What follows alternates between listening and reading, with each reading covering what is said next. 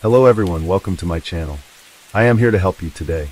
I know you use this video to fall asleep, so before that, like the video and subscribe to the channel. Also, where are you from and what time are you watching? Now get comfortable and relax. Case 1. In April 1974, student Susan Rancourt suddenly and inexplicably vanished without trace. Her disappearance was similar to that of 3 other young college-aged women who went missing under suspicious circumstances. Almost a year later, his skull was positively identified among others found on Taylor Mountain, one of serial killer Ted Bundy's grave sites. In Seattle, Washington during 1974, young women of college age started to go missing with startling frequency. Beginning in January, with the apparent kidnapping of Linda and Healy and the disappearance of Donna Manson, who left her dormitory at Evergreen State College to attend a jazz concert in March, but never arrived. There were few witnesses who saw these women during the hours before they vanished, and there was never any reason to suspect that the 2 cases were connected to a single perpetrator. That all changed in April 1974, when several women came forward to report how they were approached by a man wearing his arm in a sling who asking for help. The first instance happened on April 12th, Good Friday, when a sorority girl was accosted outside the campus library at Central Washington State University in Ellensburg, Washington, by a man with his arm in a sling and a metal brace on his finger. She later told detectives that he appeared to be having trouble carrying his armload of books, dropping several of them. The young woman offered her assistance and escorted the man to his Volkswagen Beetle that was parked 300 yards away. When they arrived at the vehicle, the woman noticed something bizarre. The front passenger seat was missing. The 2 chatted for several minutes about how the young man had injured his arm skiing at Crystal Mountain. Although the man seemed friendly, the young woman couldn't shake the sense of unease she felt about him and the missing seat in his Volkswagen. The urge to get away suddenly overcame her, and she placed the books on the roof of the vehicle and ran as fast as she could. She didn't know it, but her intuition saved her life. Just 5 days later, another young woman would not be so lucky. Born on October 12, 1955, Susan Elaine Rancourt was also a student at Central Washington State University in Ellensburg, Washington, and she too had an encounter with a strange young man. On the evening of April 17, 1974, Susan Rancourt left dorm on the college campus to attend a meeting for living group advisors on the lower campus. The meeting at 9 p.m. was about a potential job, and afterwards Rancourt had made plans to watch a German film with a friend, but she never arrived. She was last seen around 10:30 p.m. walking across Central Washington State College lawns. By 3 a.m., her roommate Diana Pitt of Yakima called the dorm manager because she had not returned. "I got worried she wasn't back," said Pitt. After the report was turned over to the campus police, a massive search was undertaken. The search involved around 150 volunteers who walked across Ellensburg, checking the college, abandoned buildings and sewers that covered a 2-mile radius of the city. But nothing was found. A missing person case was investigated by police, who thought Rancourt might have stayed with friends or had gone away for some unknown reason. A reward was put up by her parents of $1,000 for any information that led to her whereabouts. Susan Rancourt was described as 18 years old, white, 5'2" and 118 pounds, with blue eyes, blonde shoulder-length hair. On the night she went missing, she was wearing a bright yellow fingertip-length ski jacket without a hood, gray corduroy slacks, a yellow short-sleeved sweater, and brown hush-puppy shoes. A straight-A freshman biology student, Susan Rancourt was considered very smart and sensible by her friends and family. Her father Dale Rancourt said although police had no leads, they were certain she had been abducted. Taking time away from his job with the Anchorage telephone utility, Rancourt helped with the search for his daughter. Police received leads that led from Sitka, Alaska, to Boynton Beach, Florida, alongside one that pointed to Australia. "We believe Susan was abducted because she was always a very logical person, very predictable," her father said. "If it was one of my other children, I'd say just stand by, they'll be back in 2 or 3 days, but not Susan, she was always very careful." Dale Rancourt said Susan had put her laundry in the washing machine before heading to her campus meeting. The month after Susan Rancourt's disappearance, Kathleen Parks was reported missing from Oregon State University. In June, Brenda Ball was last seen after leaving the Flame Tavern in Burien after talking with a man with his arm in a sling. Later that same month, Georgianne Hawkins simply vanished from an alley behind her sorority house. These women were all pretty, college-aged women who were similar in appearance, trusting, and it soon became apparent that these cases might be connected. The Pacific Northwest police agencies attempted to find a common link. However, it only became apparent when two women vanished on the same day. On July 14, 1974, Janice Ott and Denise Naslund were abducted hours apart at the Lake Sammamish State Park, where hundreds of people had gathered during the hot summer day. Witnesses came forward to tell police that the two women were seen approached by a young man with his arm in sling, and who introduced himself as Ted. That day, the stranger known as Ted approached several women at Lake Sammamish in an attempt to get them to leave with him to help load a sailboat onto his car. Several women refused, but Ott and Naslund went with the man with his arm in a sling. They were never seen again. Shortly after this, two witnesses came forward with information. On April 17th, the same night Susan Rancourt went missing, a young man was seen on crutches at Ellensburg by several witnesses at about 7 p.m. This man approached a sorority girl, Jane Curtis, asking for help carry his books, and she readily agreed to help because of his handicap. When they approached his car, she recounted for the police what happened next. She noticed the front passenger seat was missing and sensed something wasn't right. The young man asked Curtis if she could get inside his car, but she declined. When he pressed her a second time, she dropped the books and ran. She described the man to police as well-dressed and wearing glasses. The son of an Oregon district attorney who was visiting the campus also came forward and reported seeing a man with his arm in a sling standing in front of the Bardo Hall around 8:30 p.m. on the same evening.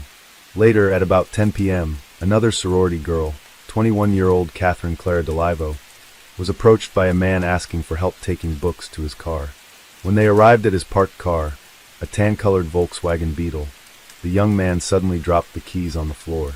He then asked the girl to retrieve them. However, DeLivo said she could see the light shining on the keys on the ground, and picked them up, placing them in his hand before she walked away. DeLivo said the man is wearing shabby clothing and a woolen hat, a description that was at odds with Jane Curtis' earlier description. Barbara Blair also came forward and stated to police that she saw a young woman in a bright yellow raincoat exiting Munson Hall. This description matched what Rancourt was wearing that evening. Another witness claimed he saw a man loitering in the parking lot and smoking with his right hand. He later saw a vehicle on his drive back to Seattle. These reports, although crucial to the investigation, did little to point detectives in the right direction. Shortly after the disappearance of Janice Ott and Denise Naslund, there were no further reports of missing women in Washington. It would be several months later, in October, that more women vanished in the state of Utah. In March 1975, two forestry students came across a disturbing find when they stumbled upon human remains while walking through a swampy, wooded area on Taylor Mountain at Issaquah. Police eventually unearthed 4 skulls and other bones fragments at the site, located east of Seattle, and only 10 miles from a site where the skulls of Ott and Naslund were found in September 1974. The remains were eventually identified as belonging to Linda and Healy, Roberta Parks, Brenda Ball, and Susan Rancourt. On the day Rancourt's skull was identified, her father Dale was with his daughter's dentist in Anchorage when dental x-rays confirmed it was her. A mandible found at the site was also confirmed as belonging to Susan Rancourt. The King County Medical Examiner had taken x-rays that were then mailed special delivery to Rancourt's dentist in Alaska. There were several points of identification that made us almost sure the skull was Rancourt's, said Police Chief Al Pickles. This switches the case from a missing person to a homicide, he added. Now we have to make an attempt to determine in which jurisdiction the homicide occurred. Police were now convinced that a serial killer was responsible for the murders of young college students in Seattle, and the unknown man who called himself Ted was now the prime suspect in as many as 8 abductions and murders. Detectives started to search for anyone named Ted who lived or worked in the area, along with any owners of a Volkswagen Beetle. These were all common threads in some of the abductions, and witnesses came forward that each told a similar story of being approached by a man who feigned a handicap to gain their trust and help. With a list of possible suspects, investigators began to narrow the list down to find the killer. In August 1975, a suspect was arrested in the attempted kidnapping of Carol Duranch, who was abducted from the Fashion Place shopping mall in Murray, Utah.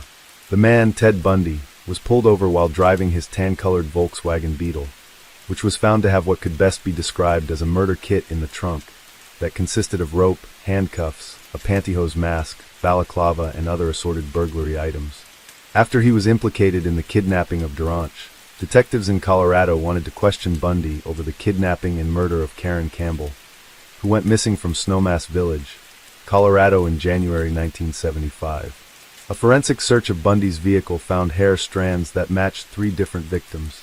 Charged and sentenced to 1 to 15 years for the Duranch kidnapping, Bundy was soon charged with the Karen Campbell murder and was transferred to Aspen to prepare for his trial. It was during this time that Bundy orchestrated 2 daring escapes, the last of which saw him flee to Florida, where he perpetrated more murders. Finally captured one again on February 15, 1978, Ted Bundy was charged with the Chi Omega murders and the murder of 15-year-old Kimberly Leach. Found guilty in both of these trials, Bundy was sentenced to death and transferred to the Rayford prison in Florida, where he would spend the next decade on death row. Although Bundy protested his innocence throughout his incarceration, he did offer detectives some information on the murders, but never once did he offer any type of acknowledgement that he was responsible for the murder of Susan Rancourt. It was only in the final hours before his execution in January 1989 that he confessed. Bundy admitted to the kidnapping and murder of Susan Rancourt.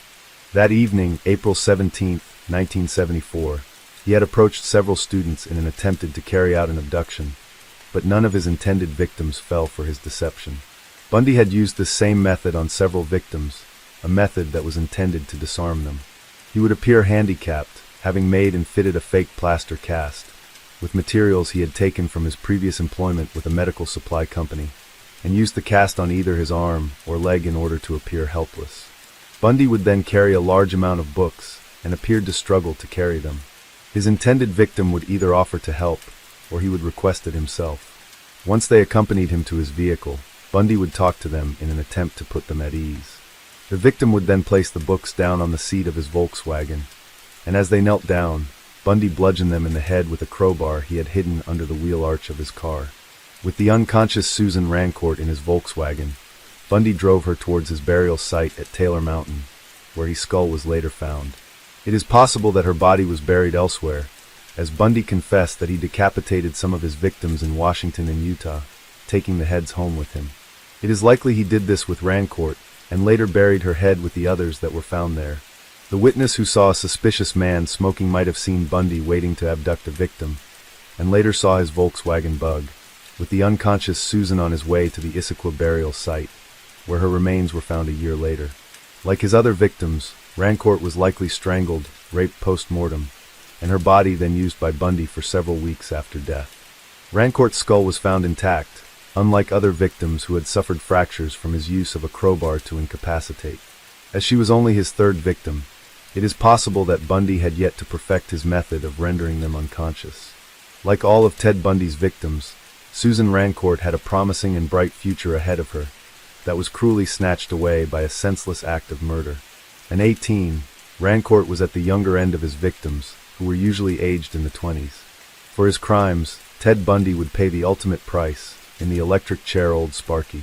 Case 2. On July 4, 1975, Nancy Baird vanished from where she worked at a gas station in East Layton. Police soon found eyewitnesses who saw 2 men talking with Baird shortly before she disappeared. After investigating several persons of interest in the Baird case, detectives came to suspect she had fallen victim to serial killer Ted Bundy.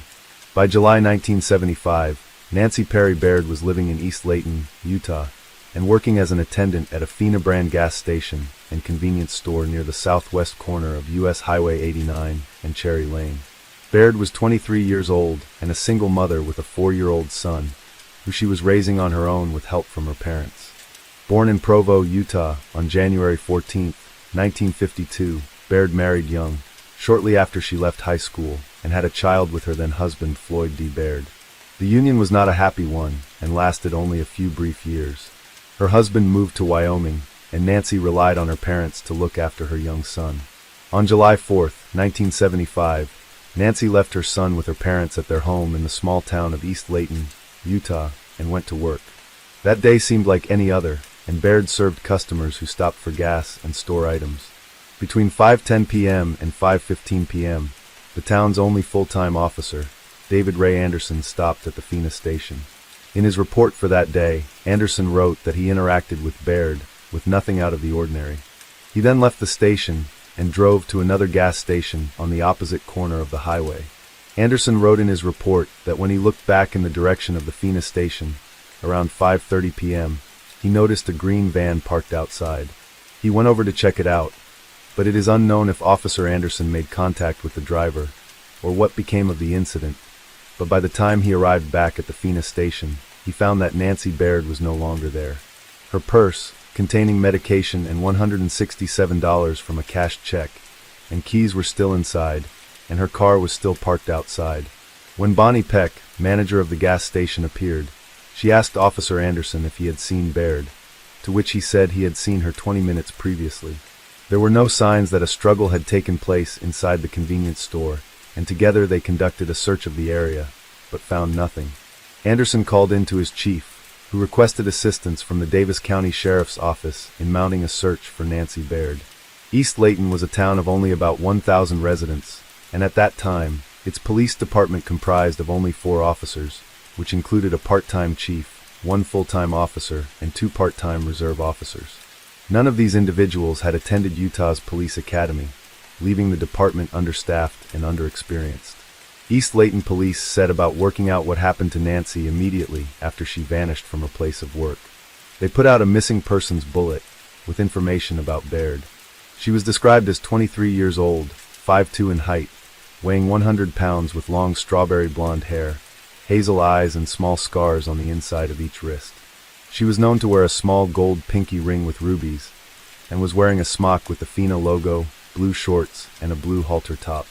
Police then began finding out the identities of customers who had potentially interacted with Nancy by using credit card receipts from the Fina station. One of them was Denzel Williams, a resident of the neighboring town of Kaysville, Utah. Williams was interviewed by Davis County Sheriff's Detective Kenny Payne on July 5, 1975, the day after Nancy was last seen. Williams told Payne that he had taken his 2 children, 14-year-old David and 9-year-old Jana, to the Fina station at about 5:15 p.m. None of the Williams family saw a police officer at the station that day. This meant by the time they arrived there, Officer Anderson had already left for the next station. The Williams children entered the station, with their father remained outside, filling his car with gasoline. Payne then interviewed the Williams children, who reportedly told him they saw 2 men at the counter, talking with Nancy Baird. David Williams said many years later, "I didn't want to interrupt this conversation they were having. They weren't in a hurry to leave or anything." David handed his credit card over to Baird to pay for the gas, and while she completed the transaction, Jana Williams brought over a bottle of raspberry soda. As Jana only had 28 cents for the 29-cent soda, Nancy left her have the bottle for the amount she had. "I do remember that she was very kind," Jana Williams-Gross said. As Officer Anderson had already left, the Williams children were the last people to see Nancy Baird alive. "I didn't know how someone could take a pretty lady like that," Jana said. Detective Payne asked David and Jana Williams to describe the 2 men they saw speaking with Baird. They said both men appeared to be either 23 or 24 years old, and the first was skinny, with shoulder-length hair, a full beard and mustache, and wore a frayed denim jacket. The second man also had a full mustache and beard. His hair was dark but sun-bleached, and he wore a yellow long-sleeved shirt.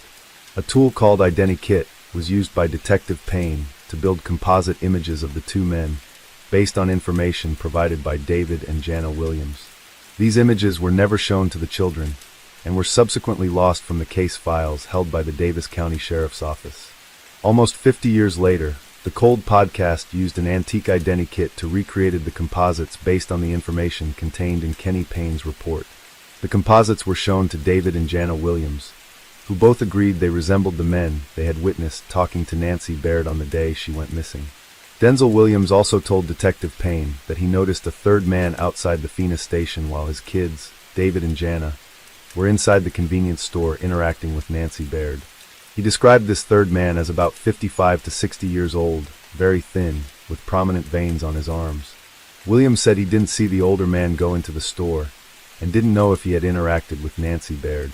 In the days and weeks after Nancy went missing, police began to narrow down a list of potential persons of interest they wished to talk with. One of these was Baird's ex-husband, Floyd. Baird was quickly ruled out as a suspect after he provided an alibi, telling detectives he'd been camping with a friend in the area of Jackson Hole, Wyoming on the date in question.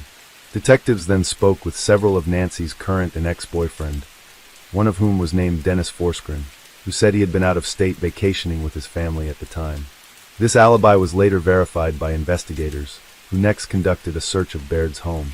There, they seized her address book, as well as a hairbrush, with strands of her hair tangled in the bristles. They also came across one of her photo albums, the photos of which were compared to the two composite images of the men the Williams children reported seeing inside the Fena station that day. A sheriff's lieutenant wrote, "There was a very similar likeness of one of the identikit composites to a picture from the photo album." The report said the photo was marked with the name Monty, a person who was soon identified as Monty Torres. Jana Williams was shown the photo by detectives, and she positively identified Monty Torres as one of the hippie-type individuals that was in the service station. Davis County detectives learned Torres was in Pocatello, Idaho. They asked the Bannock County, Idaho Sheriff's Office to locate and interview Torres, who was described by a Bannock County detective as quite jittery. Torres said he had an alibi, claiming he'd been at Lava Hot Springs on the afternoon of Nancy Baird's disappearance. He then submitted to a polygraph examination. The outcome of this examination is unknown. However, newspaper clippings from the time seem to indicate the polygraph revealed no signs of deception on Torres' part. As a result, he was cleared as a person of interest. Davis County detectives then decided to speak with Nancy Baird's friends, one of whom had pertinent information for the case. An Ogden woman named Dolores Drake was interviewed in the early days of the investigation and provided information about an incident that occurred in the days before Baird's abduction. Drake reportedly told detectives that 2 nights prior to Nancy's disappearance, they had gone bar hopping along Washington Boulevard in Ogden. At approximately 2:30 a.m. on the morning of July 3, 1975, Nancy Baird dropped Drake off at her home on Ogden's 36th Street. Baird then departed alone, with Drake saying that she presumably headed for her home in Layton. Then Dolores said Baird returned a half hour later, at about 3 a.m. According to Drake, Baird appeared to be quite shaken and frightened, and that this fellow named Tom in a yellow van had followed her home and was molesting her. Drake said she had reportedly overheard Tom as he made threatening sexual comments towards Baird. Drake ordered the man to leave, at which point the man drove away in a yellow Volkswagen van. With the death of Dolores Drake, her accusations against Tom, whose full name is known to law enforcement, cannot be verified. It is unknown if this individual was ever questioned by detectives. By July 28, 1975, Ray Adams, the part-time chief of the East Layton Police, told the Deseret News, "We are at a dead end in the search for Nancy Baird." After 6 weeks, and with assistance from the FBI, the investigation into the disappearance of Nancy Baird left detectives no closer to discovering what happened to the single mother of one. Baird's disappearance was one of several of young women who seemingly vanished in Utah between 1974 and 1975. Beginning on October 2, 1974, Nancy Wilcox went missing after she was last seen riding in a yellow Volkswagen near her home in Holiday, Utah. Just over 2 weeks later, Melissa Smith, daughter of the Midvale police chief, vanished after leaving a pizza parlor. Smith's body was later found in American Fork Canyon.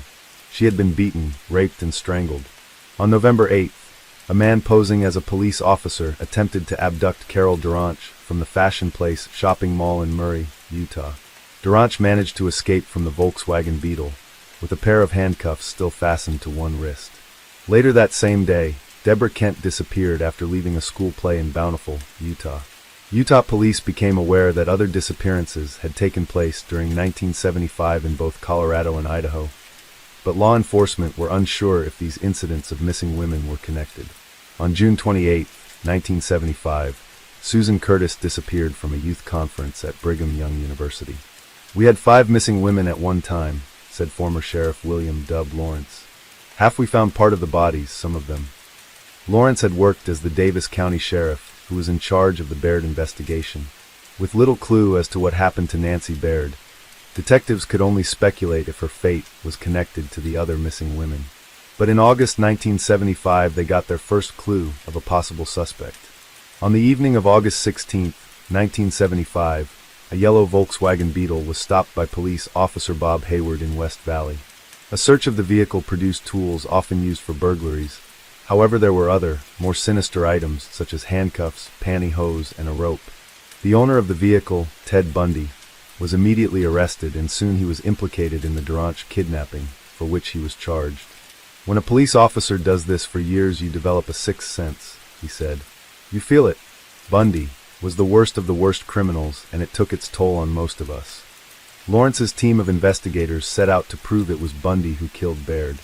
We had him in Rock Springs, Wyoming, which put him on Interstate 80 coming back from Colorado, Lawrence said. From Rock Springs, Lawrence claimed Bundy headed west into Utah and chose to return to Salt Lake using Interstate 84.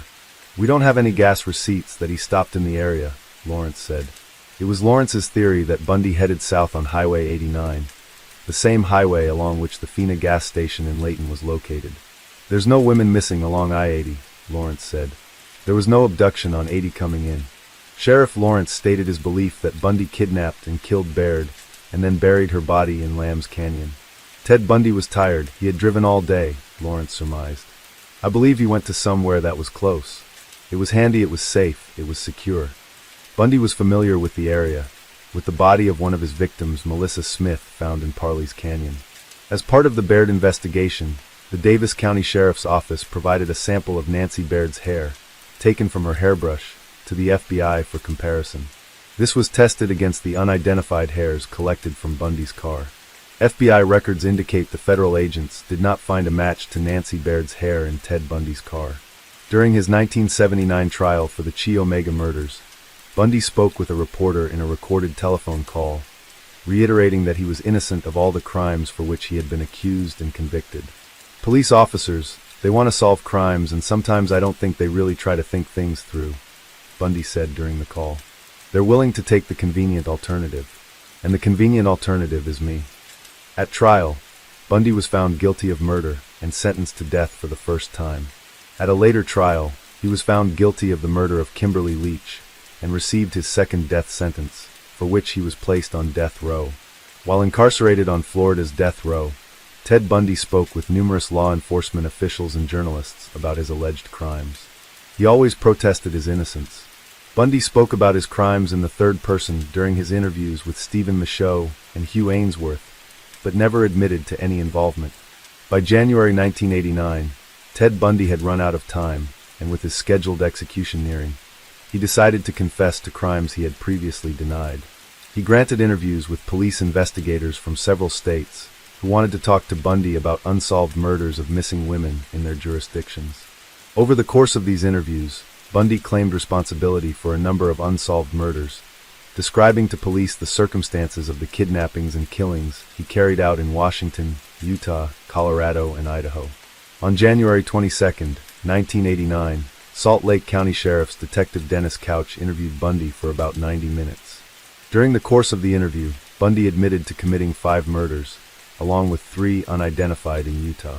Bundy had long been suspected of involvement in the deaths or disappearances of Nancy Wilcox, Melissa Smith, Laura Am, and Deborah Kent in Utah, and many in law enforcement speculated that Bundy could have been responsible for kidnapping and murdering Nancy Baird. The Bundy interview with Detective Couch was audio recorded, and Bundy can be heard denying having any knowledge of Nancy Baird. Do you recall what type of place it was Baird was working at or where it was located? Couch asked Bundy. No, I didn't have anything to do with that, Bundy replied. Later in the interview, Couch showed Bundy a picture of Nancy Baird. Nancy Baird, who's that? Bundy asked Couch, seeming not to recognize Baird in the photograph. Bundy then goes on to say, I'm not sure who you are talking about. No, I didn't have anything to do with that. With his denial of this crime and others, Bundy dashed hopes of detectives in identifying 3 of his alleged Utah victims, who remained identified. Former Sheriff William Lawrence didn't believe Bundy's denial. He admitted that he had some of the heads of his victims in Utah at his apartment, Lawrence said. He mentioned Lamb's Canyon. Lawrence is not alone in his refusal to believe Bundy's culpability in Baird's murder. Nancy Baird's in-laws also believed Bundy was responsible for her murder. Wally Baird said he believed Bundy's denial may have been a cover-up. He may have been that way because he didn't know at the time that she had kids, a child, and had been married, said Baird. That was something that was contrary to his MO, method of operation. Lawrence said that Bundy's connection to Nancy had always been circumstantial. It was never enough for prosecutors to file charges against serial killer Ted Bundy, and believed that Nancy's fell through the cracks in my judgment, and I felt guilty about it. Her case was eventually pushed aside when other major homicide cases happened during that time period. However, Bundy did seem to have an alibi for the Nancy Baird disappearance. As the likely prime suspect in the disappearance of Nancy Baird, Ted Bundy has been considered responsible primarily due to the time frame she went missing, and the fact that he was active in Utah during 1974 and 1975. However, Bundy never admitted to kidnapping Baird, despite his 11th-hour confession to such crimes as the disappearance of Susan Curtis, who went missing in June 1975. During some of Bundy's crimes, his distinctive tan-colored 1968 Volkswagen Beetle had been seen. However, on the day of Nancy Baird's disappearance, there was no mention of a vehicle matching that description by witnesses at the Fina gas station. Furthermore, the suspects seen talking to Nancy at the store, described as hippie types, did not resemble Ted Bundy. After Bundy's attempted kidnapping of Carol Duranch, the case file records revealed that he had briefly dated a Salt Lake City woman named Leslie Knudsen during the summer of 1975. Following Bundy's arrest, Knudsen provided a statement to police about her relationship with Bundy, giving details and dates.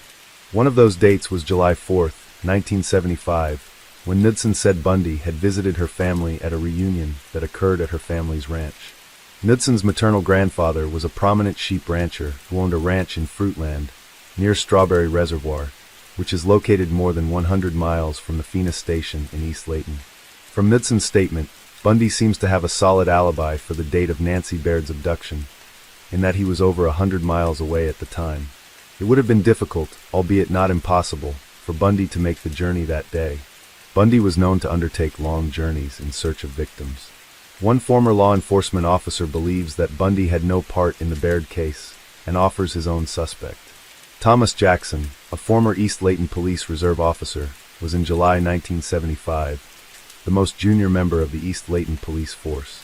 Jackson had little participation in the Baird investigation, but did not agree with the Bundy speculation. Jackson believed that a fellow officer, Dave Anderson, might have been the culprit. Anderson had been the law enforcement officer who was present at the Fina gas station on the day Nancy Baird went missing, and was one of the last people to see her before she vanished after the two reportedly spoke. At the time of Baird's disappearance, Officer Anderson had only been an officer at East Layton for 10 months, and the majority of his time with the department had been spent patrolling U.S. Highway 89. Former Reserve Officer Thomas Jackson stated that Officer Dave Anderson had spent a great deal of time at the Fina gas station and convenience store. Anderson spent too much time looking at women too, Jackson said. Shortly after she went missing, Anderson left his job with the East Layton Police Department, and case records do not indicate he was ever challenged concerning his account of the circumstances of Nancy Baird's disappearance.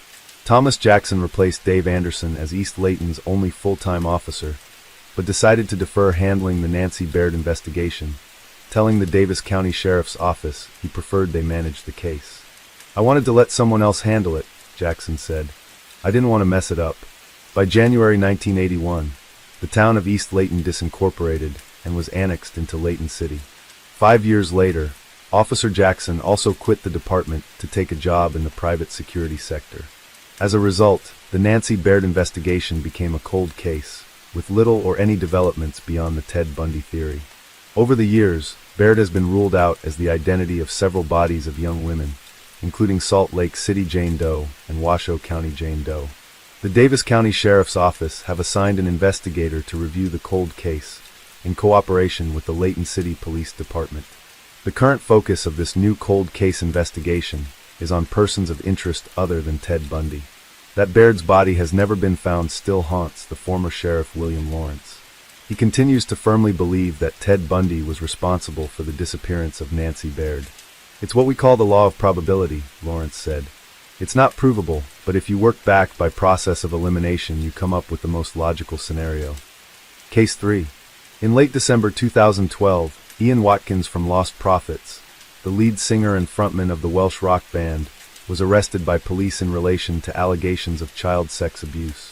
The singer's home was searched, and officers found a number of indecent images. The resulting court case would go on to reveal the full, horrifying extent of Ian Watkins' depraved crimes against young children, something he managed to conceal for many years. Born in Merthyr Tydfil on July 30, 1977, Ian David Carslake Watkins moved with his family to Pontypridd, where he attended Hawthorne High School. There, he met one of his future Lost Prophet bandmates, Mike Lewis. Watkins went to the University of Wales, Newport, where he graduated with a first-class honors degree in graphic design. Watkins grew up listening to mostly metal and rock music, along with Lewis, who shared a passion for bands such as Faith No More.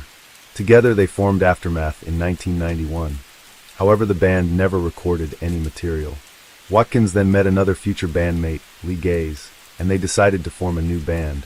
However, this too was short-lived. By 1997, Watkins, Lewis, and Gaze formed a new band, Lost Prophets, which made its debut in May 1997, with Watkins as the lead vocalist. The band launched their debut album, The Fake Sound of Progress, in 2000. They would go on to release 5 studio albums between the years 2000 to 2012, earning them millions along with legions of fans. When on tour with his band, Ian Watkins requested his own private dressing room, separate from the other 5 band members. It was unknown at the time why he wanted this private space, and only after his crimes came to light would it become apparent. As a result, his bandmates went on to claim they knew nothing of what went on, citing his heavy drug use as a contributing factor in their strained relations. Indeed, Watkins used his private dressing room as a place to take female fans, something that many other musical stars have done in the past with adoring fans they wished to entertain. However, what went on inside Watkins' dressing room was anything but entertaining. One incident would be shared with the court at his later trial. In March 2007, he met a 16-year-old Lost Prophets fans at one of the band's concerts. The prosecution went on to describe for police what happened.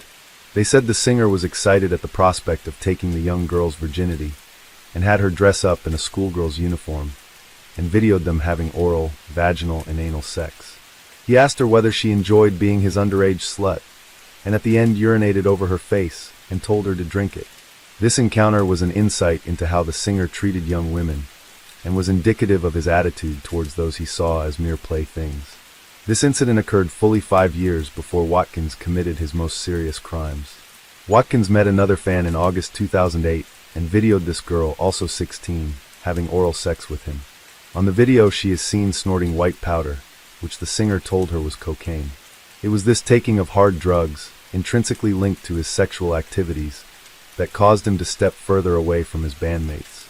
In 2006, a 30-year-old fan contacted Watkins on the Lost Prophets MySpace account in order to arrange tickets for a gig. Watkins and the fan, Joan Jadzelix, started a relationship, one that she later described as quickly turning sordid. She told police that Watkins had talked about getting her pregnant so that he could rape their baby.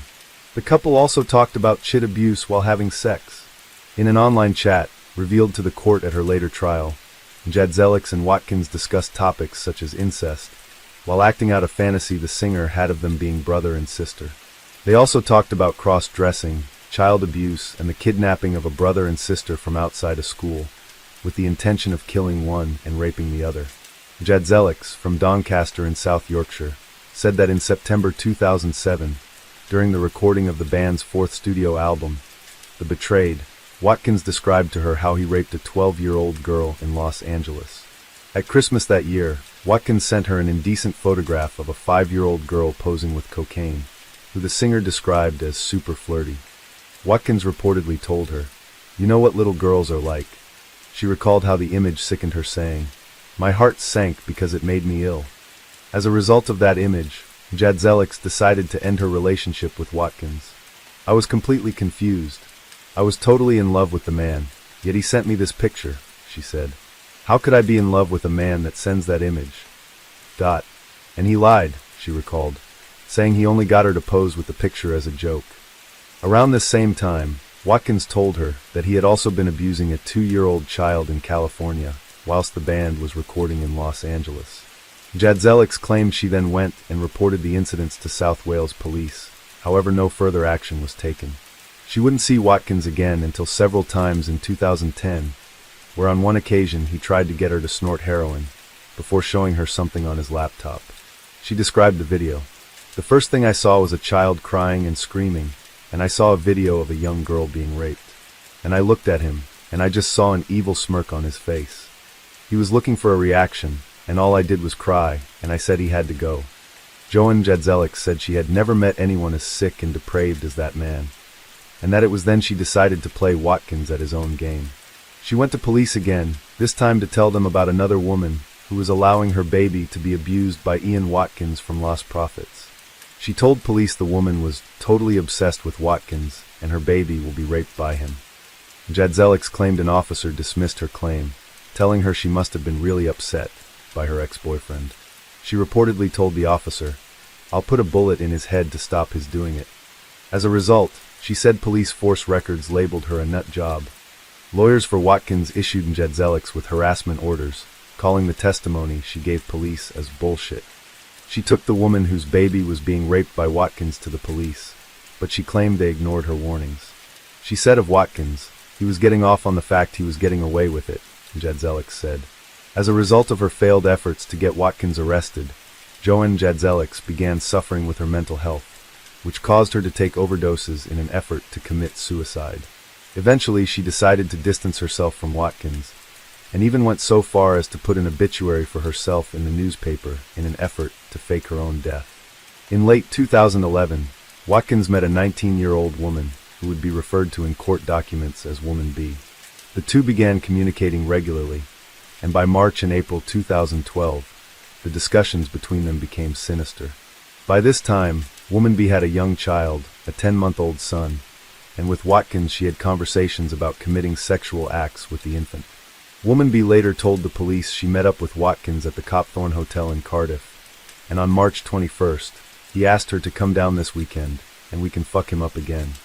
In response, Woman B replied offering up her child to Watkins' perversions, after previously suggesting getting her son high on ice or methamphetamine. The two met up again at the K West Hotel in London on the night of April 2nd to 3rd, and there recorded a video.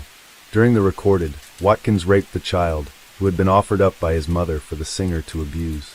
On the recording she can be heard encouraging Watkins in his actions, taking an active part in her own child's pain and suffering, and both can be heard on the video to be gaining enjoyment from the act. On May 24th, Woman B messaged Watkins and told him, "The boy is ready to be abused." A further message from Watkins, sent on August 2nd, read, "To be honest though, I think we have gone easy on him so far. Time to teach him and make him learn to love it." From these messages, police believe the two met up at the Maldron Hotel in Cardiff, where further abuse occurred. An image sent by Woman B to Watkins on September 9th showed a grotesque sex act she committed against her own child. By August 2012, Watkins started communicating with a second woman and mother to a young child. This 25-year-old, who was known as Woman P in court documents, told police that not long after they began talking, their conversations turned to child sex abuse. The couple talked of moving in together, and Watkins told Woman P, "If you belong to me, so does you our baby." In response she told him, "Understandable, a mother-daughter slave duo worshipping you." Watkins replied, "That's all she will know, a life of filth." They spoke of sexually abusing the young child, and during subsequent communications they planned even more depraved acts, including forcing bestiality with the child, and even the taking of drugs. Watkins considered the small child as a mere plaything, not as a human being, but a sexual object there for his own pleasure. He said he wanted to get both mother and daughter taking crack cocaine, and talked of whoring her out to fat old men who would pay thousands. He even spoke of torturing the small child for fun.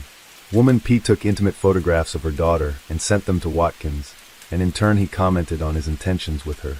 On September 12, 2012, Watkins and Woman P had a lengthy Skype session, which would prove to be some of the most disturbing and graphic evidence presented at their later trials. On October 2nd, Woman P took her young daughter to meet up with Watkins at the Travel Lodge in Carfilly, and also to the Radisson in Cardiff on the October 23rd. It was unknown what happened at these meetups, and Woman P allegedly lied, claiming she left her child with someone else. However, it is believed she took her baby, and together they committed abuse, rape, and sexual assault. The police investigation into the crimes of Ian Watkins had been codenamed Operation Globe, which had been set up after the failures to investigate Watkins and his crimes had been scrutinized by the Independent Police Complaints Commission, IPC. With multiple opportunities to look into Watkins' crimes from the many complaints concerning his crimes of child sexual abuse, a team of 25 officers were assigned to work the case. Beginning in October 2012, and led by Detective Chief Inspector Peter Doyle, the Operation Globe team worked to uncover the horrific sexual crimes against young children, and included officers from Germany and the USA. The operation also required the cooperation of GCHQ to decrypt a hidden drive on Watkins' laptop.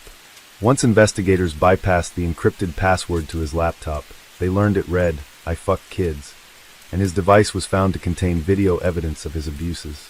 Among the trove were images he had made himself. DCI Doyle said after the investigation had concluded, "This investigation was highly complex and involved a large team working closely with partners including local authorities, NSBCC, and Interpol. The team showed moral and professional courage in the face of harrowing and deeply upsetting evidence, which was by far the worst I have come across in my 30-year career." Throughout the investigation, the central core of the investigation focused upon the protection of children, and the team never wavered from that goal.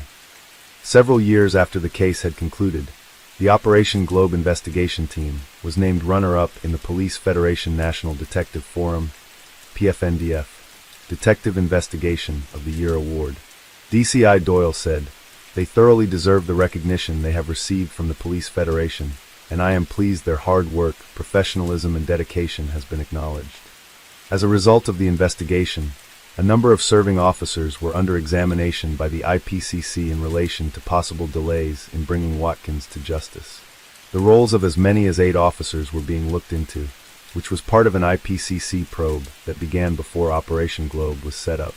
The officers included 2 South Wales police officers, 1 a detective constable, along with the roles of a sergeant and 3 constables from South Yorkshire Police and a sergeant and constable from Bedfordshire Police that were being looked at.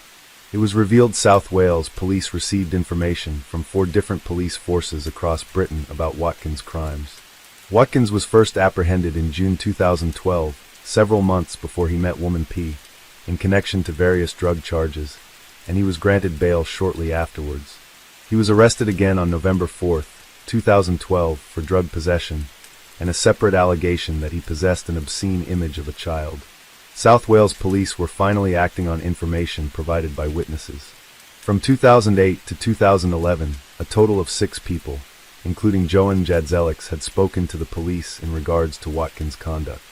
Arrested for a 3rd time on December 17, 2012 on another drug possession charge, South Wales Police immediately conducted a search of his home.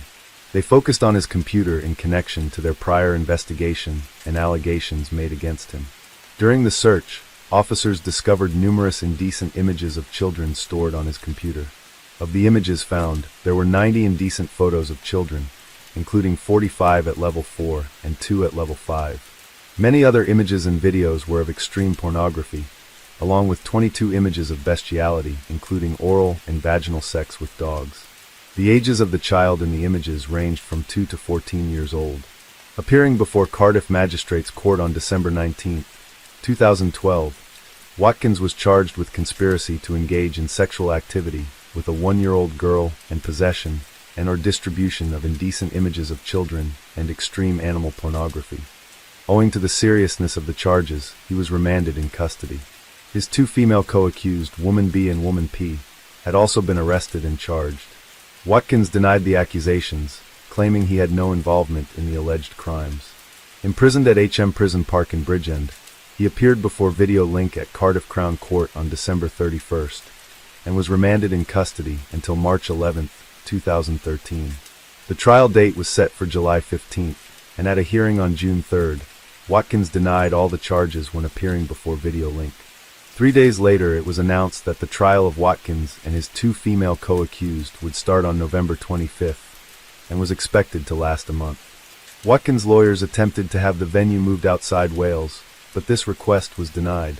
On November 26th, on the 2nd day of the trial when the jury had been sworn in, Watkins and Woman P admitted to the charges, with Watkins pleading guilty to attempted rape and sexual assault of a child under 13, but not guilty to rape. This plea was accepted by the prosecution, halting the trial. He further pleaded guilty to 3 counts of sexual assault involving children. This included 6 counts of taking, making, or possessing indecent images of children, and 1 count of possessing an extreme pornographic image involving a sex act on an animal. The day after his guilty plea, a telephone conversation at HM Prison Park was recorded between Watkins and a female fan, in which he referred to his sex offenses as megalols. At a sentencing hearing on December 18th, Mr. Justice Royce said the court had heard a large number of horrific cases over the years, but that this case, however, breaks new ground, adding, "What you 3 did plumbed new depths of depravity." To Watkins he said, "You achieved fame and success as the lead singer of the Lost Prophets. You had many fawning fans. That gave you power. You knew you could use that power to induce young female fans to help satisfy your apparently insatiable lust and to take part in the sexual abuse of their young children. Away from the highlights of your public performances lay a dark and sinister side. Because she entered her guilty plea at the first reasonable opportunity, Woman B was entitled to a standard 1/3 discount on her sentence. Because Watkins and P waited until just before the jury was sworn in on the second day of the trial, they received no credit, but were given the conventional 10% off their sentences. Watkins was considered the most dangerous by the judge, and in his closing remarks he said of Ian Watkins and his crimes, "Mr. Watkins presents a high risk of causing serious sexual, physical, emotional, and psychological harm to children, both male and female, and to women, specifically his female sexual partners. I have no hesitation in concluding that there is a significant risk to the public, in particular to young females and children, of serious harm occasioned by the commission by you of further specified offenses. That risk is high." Woman B was found to have an infatuation with Watkins, while Woman P was assessed by a psychologist who concluded that she had a mixed personality disorder. There was a low risk that either woman was reoffend again. Woman B was said to show genuine remorse for her crimes, while the judge said there were signs of remorse from Woman P, and that they shared a corrupting influence under Watkins. The guidelines in determining Watkins' sentence included the planning and its graphic detail of his crimes, and the deliberate targeting of a vulnerable victim. The abuse of trust in the cases of B and P, the commission of the offenses by 2 people acting together, and the abuse of power in the case of Watkins along with the commission of offenses whilst under the influence of drugs. The most serious considerations were the fact that a baby was a particularly vulnerable victim. In the case of Watkins, there was more than one victim, along with repeated assaults on the same victim. In addition, the court took into account the degradation through taking photos or videos as part of the offending. The court was unable to determine the effect the abuse would have on Watkins' young victims, but considered it likely they would develop psychological difficulties as a result of coming to terms with what happened.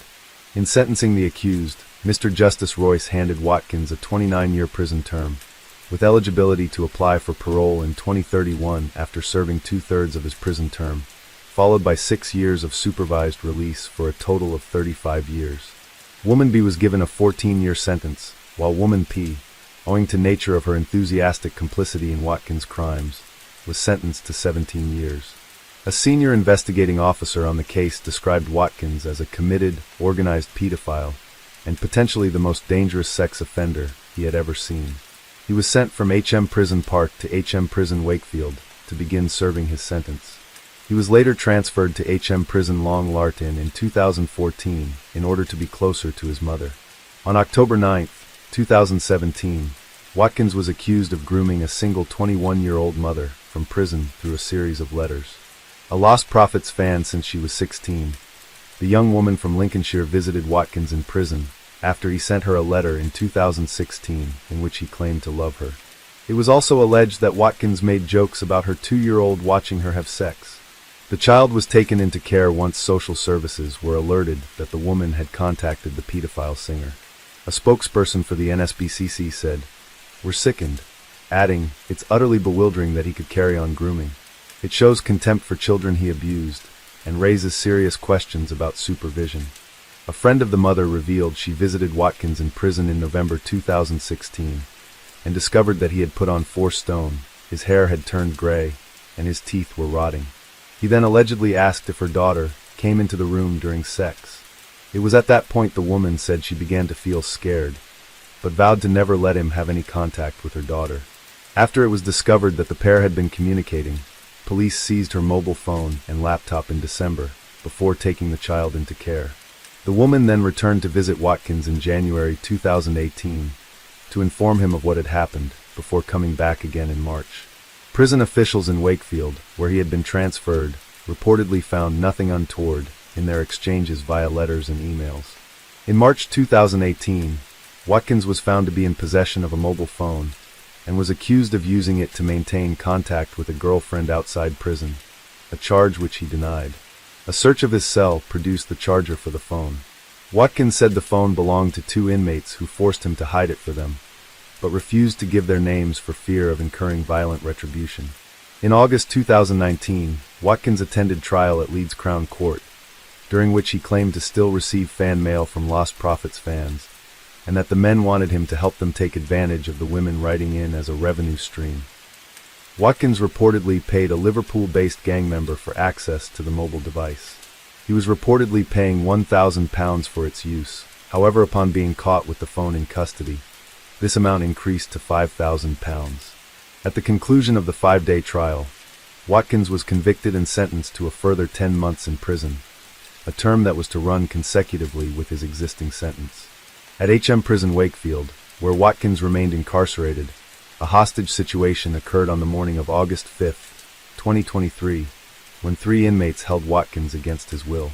He suffered stab wounds, but was freed some 6 hours later by prison officers. It was confirmed by police that his injuries were not life-threatening.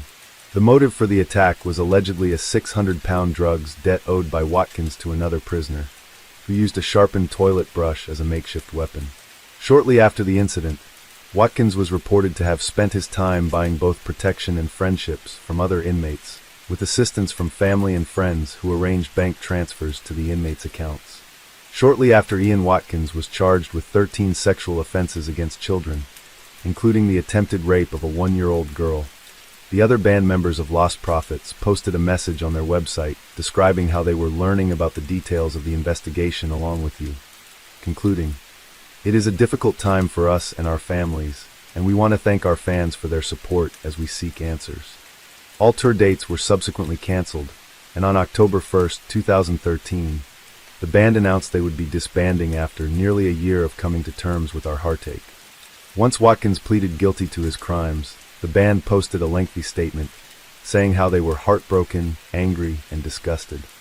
The band members stated that they had been unaware of his many crimes, and that though working with him had become a constant, miserable challenge, they had never imagined him capable of behavior of the type he has now admitted, and urged any other victims to contact the authorities.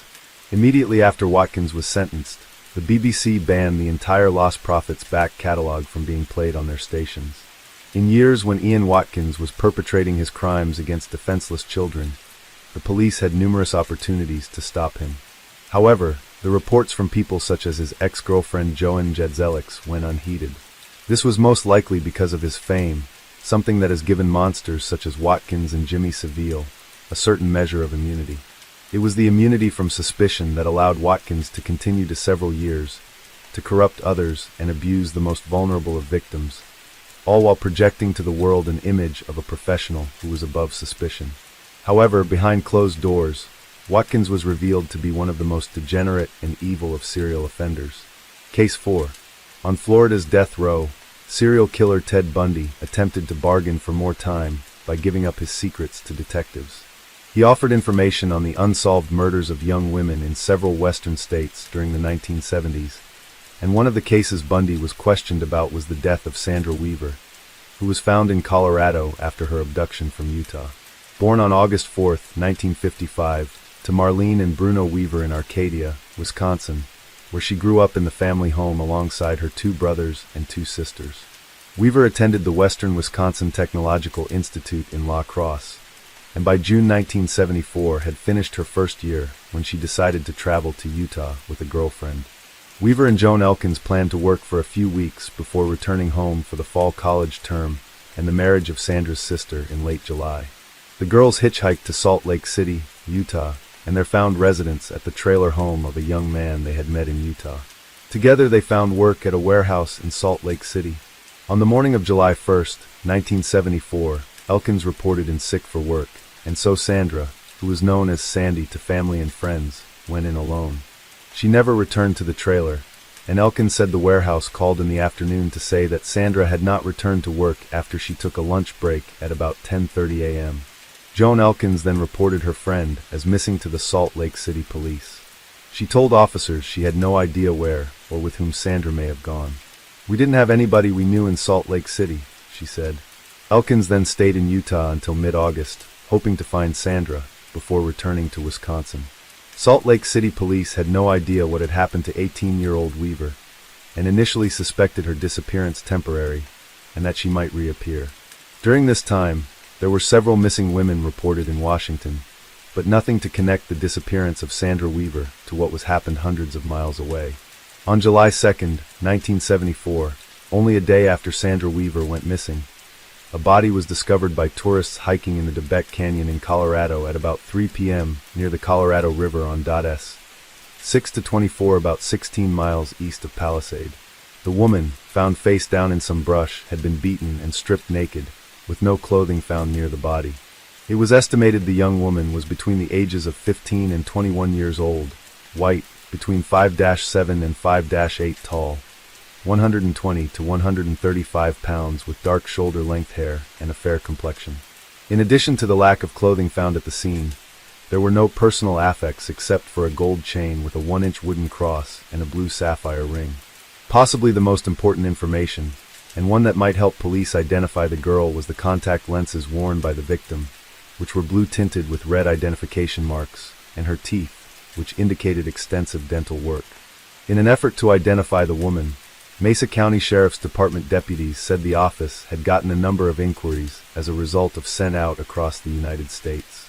The Montrose pathologist, Dr. Thomas Canfield, conducted further tests in an attempt to learn the actual cause of death. It was determined the girl had been beaten with fists and had died of suffocation, then dragged to the spot in Debec Canyon.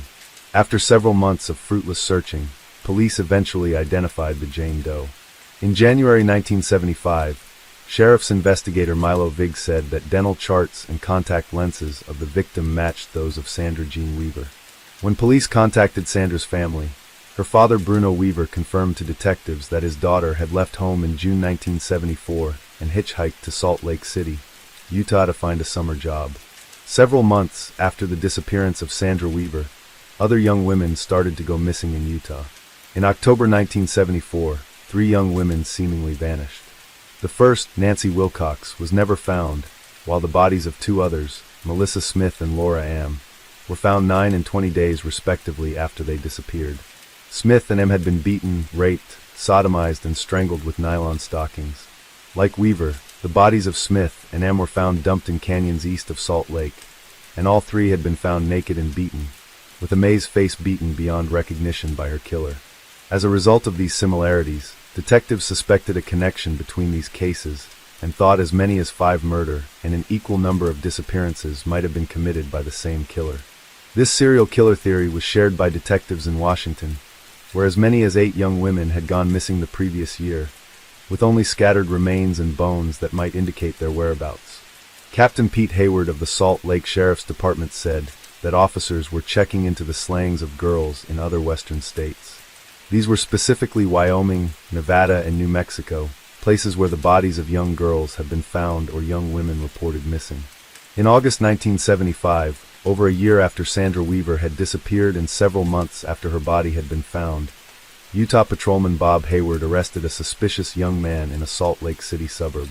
The man was identified as Ted Bundy, a student at the University of Utah Law School, and was driving a Volkswagen Beetle, a vehicle that was described as being at the scene of 2 abductions of young women that occurred on the same day at Lake Sammamish State Park in July 1974.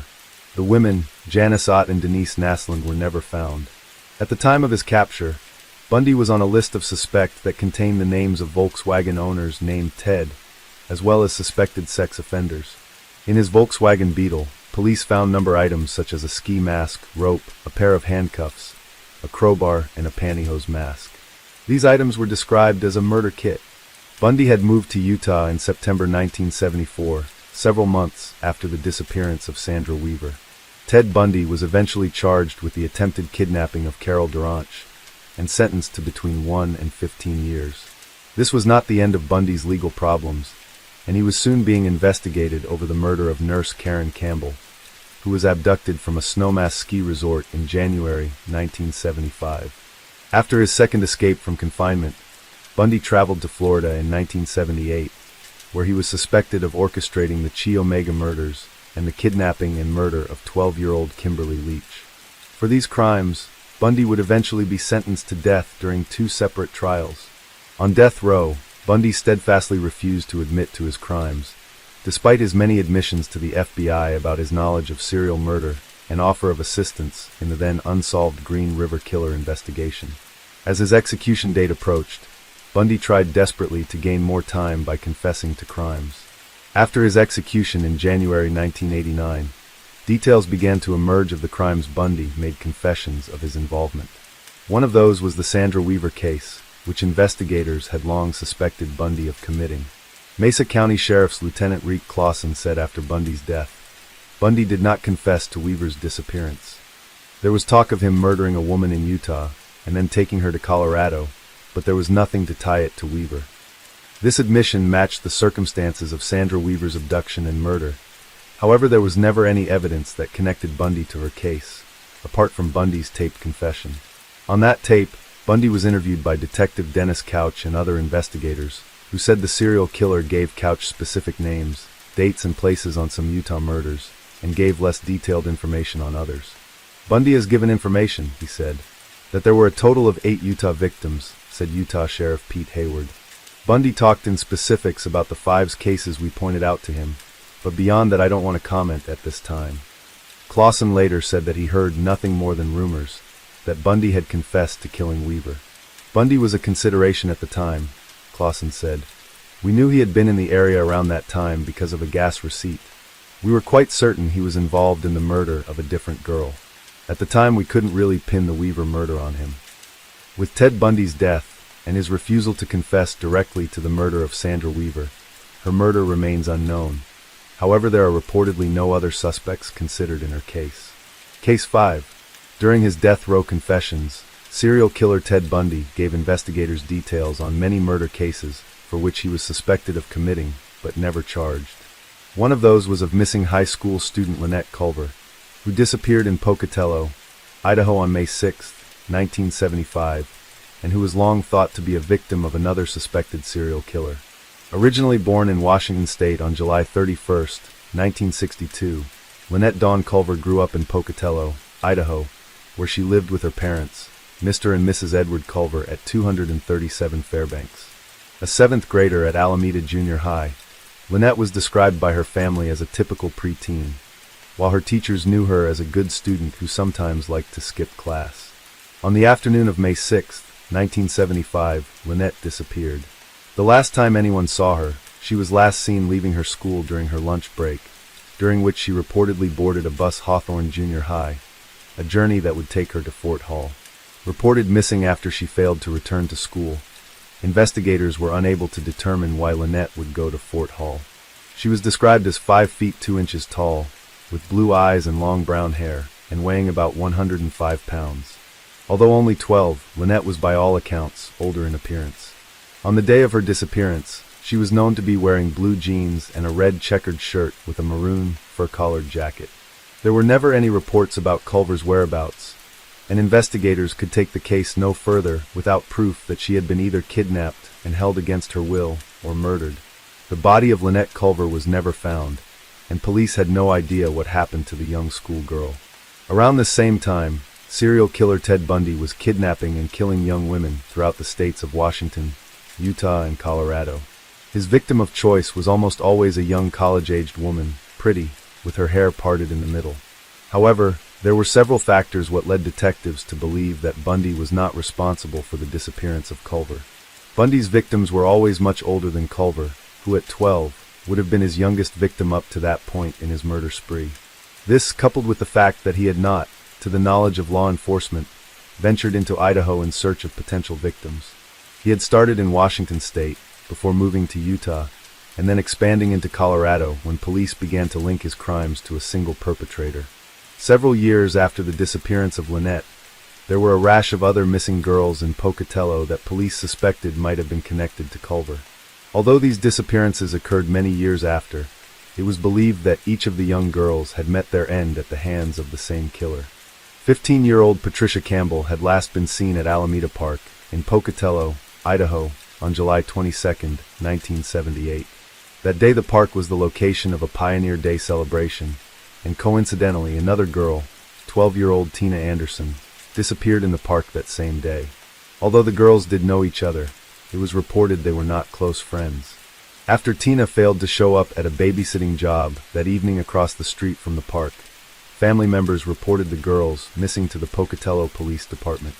3 years later, another young girl went missing.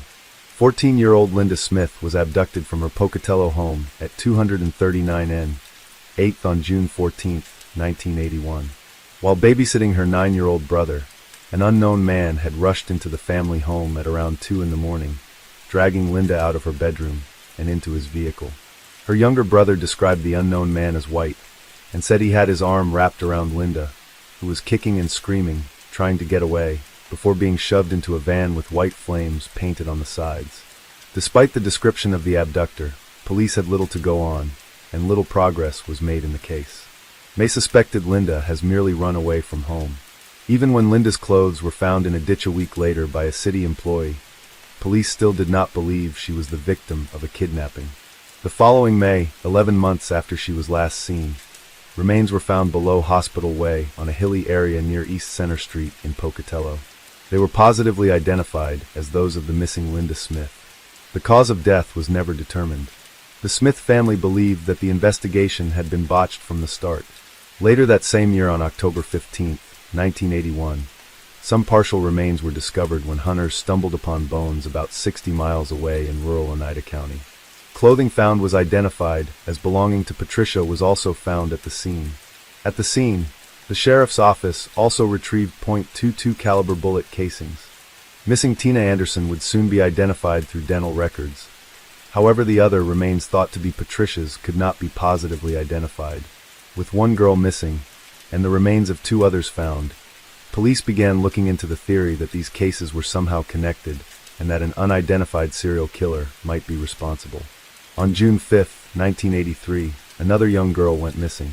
Sometime between the hours of 11:45 p.m. and 1:45 a.m., 14-year-old Cindy Bringhurst vanished while babysitting at an apartment in the 100 block of Highland Boulevard, Pocatello. The following month in July, her body was found by a fisherman partially submerged in a stream in the Mink Creek area west of Pocatello. Cindy had graduated from Alameda Junior High School, the same school which Lynette Culver was attending when she went missing. As in the case of the other missing girl, detectives were unable to determine what happened to Cindy.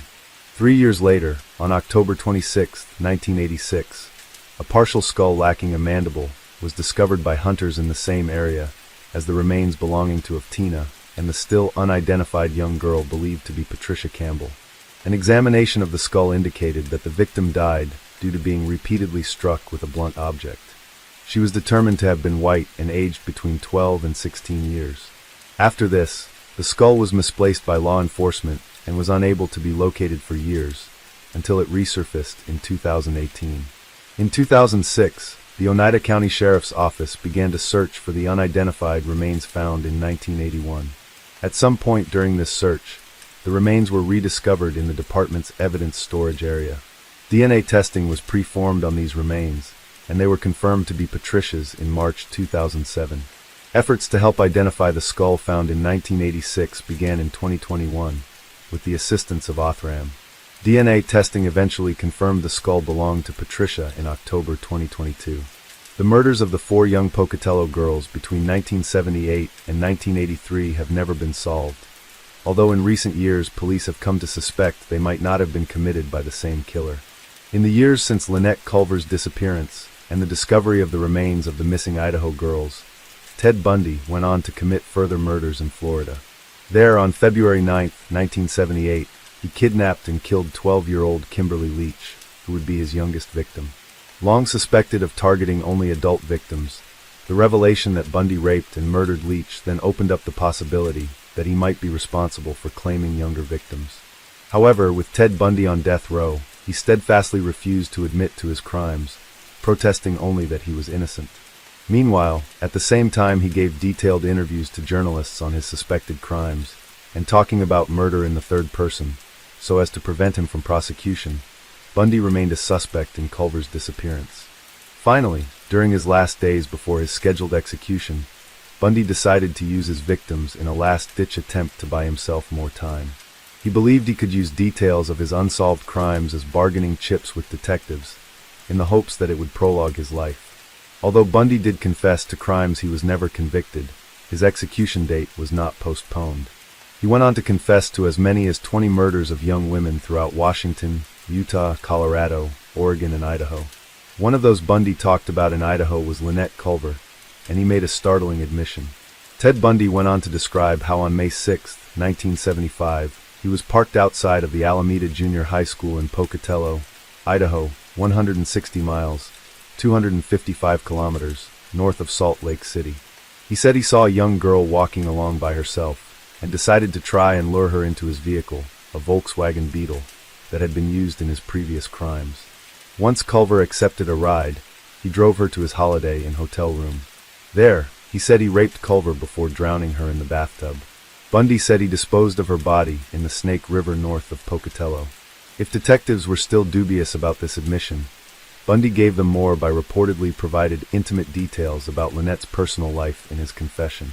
Police would get no further time to question Bundy, as his time had run out. On January 24, 1989, he was executed in the electric chair at Florida State Prison for the murder of Kimberly Leach. With his confession, police believed that Lynette had fallen victim to Bundy, a cold-blooded serial killer who claimed the lives of as many as 30 young women. Case 6. On a warm autumn evening in 1961, 8-year-old Marie Burr went to bed along with her younger sibling. Several hours later, she woke to tell her mother that her young sibling was crying, and the two children were settled back to sleep. It was the last time her parents saw her. At some point in the night, little Marie Burr vanished. It appeared someone had entered the Burr home that night and snatched Marie from her bed, taking her into the night. The police investigation saw several suspects questioned, but none were arrested for the crime. The prime suspect in the disappearance of Marie Burr is the notorious serial killer Ted Bundy. Born in Del Norte County, California, on December 14, 1952, Marie Burr grew up the eldest of 4 into a Catholic family. Her parents, Donald and Beverly Burr, had 2 other daughters, Julie and Mary, and a son named Gregory. By the early 1960s, the Burr family resided in the North End neighborhood of Tacoma, Washington, located at 3009 North 14th Street. Beverly Burr tried to teach her children that the world was a good and safe place. She later told the Seattle Times that, and was so trusting, and she regretting not telling her daughter about how dangerous the world can be at times. It was a big mistake. We taught her everyone was good. We didn't teach them that people could be bad. I still think her abductor was probably someone she knew.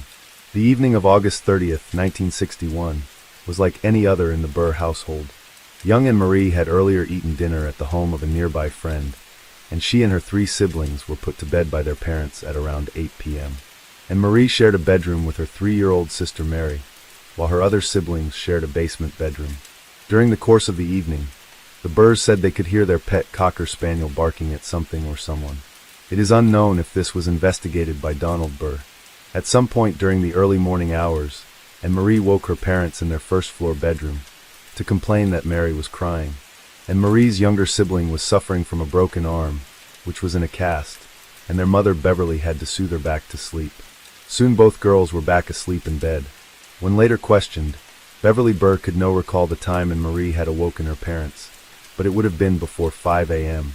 At approximately 5:30 a.m., Beverly Burr was woken by Mary crying, and upon reaching their bedroom, discovered that Marie was missing.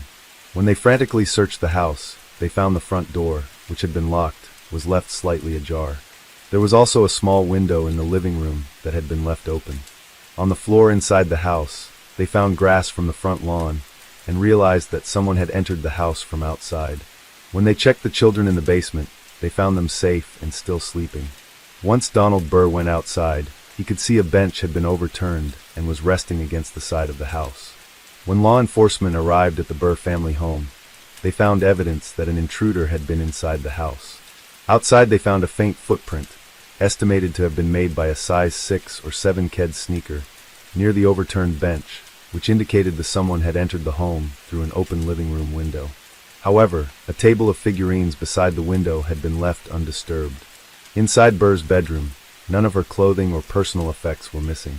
At the time of her disappearance, Anne-Marie Burr had been sleeping, and so was wearing only her blue nightgown, and a chain necklace with an engraved medal of the Madonna and Child, a medal of St. Christopher, and an identification tag. That same morning she was reported missing.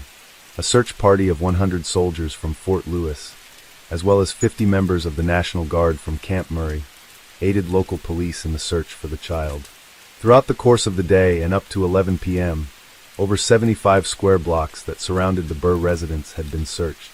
This included residential and woodland areas, but uncovered no sign of the child. In the event that Anne-Marie had ended up in water, dive teams searched Commencement Bay, but found nothing.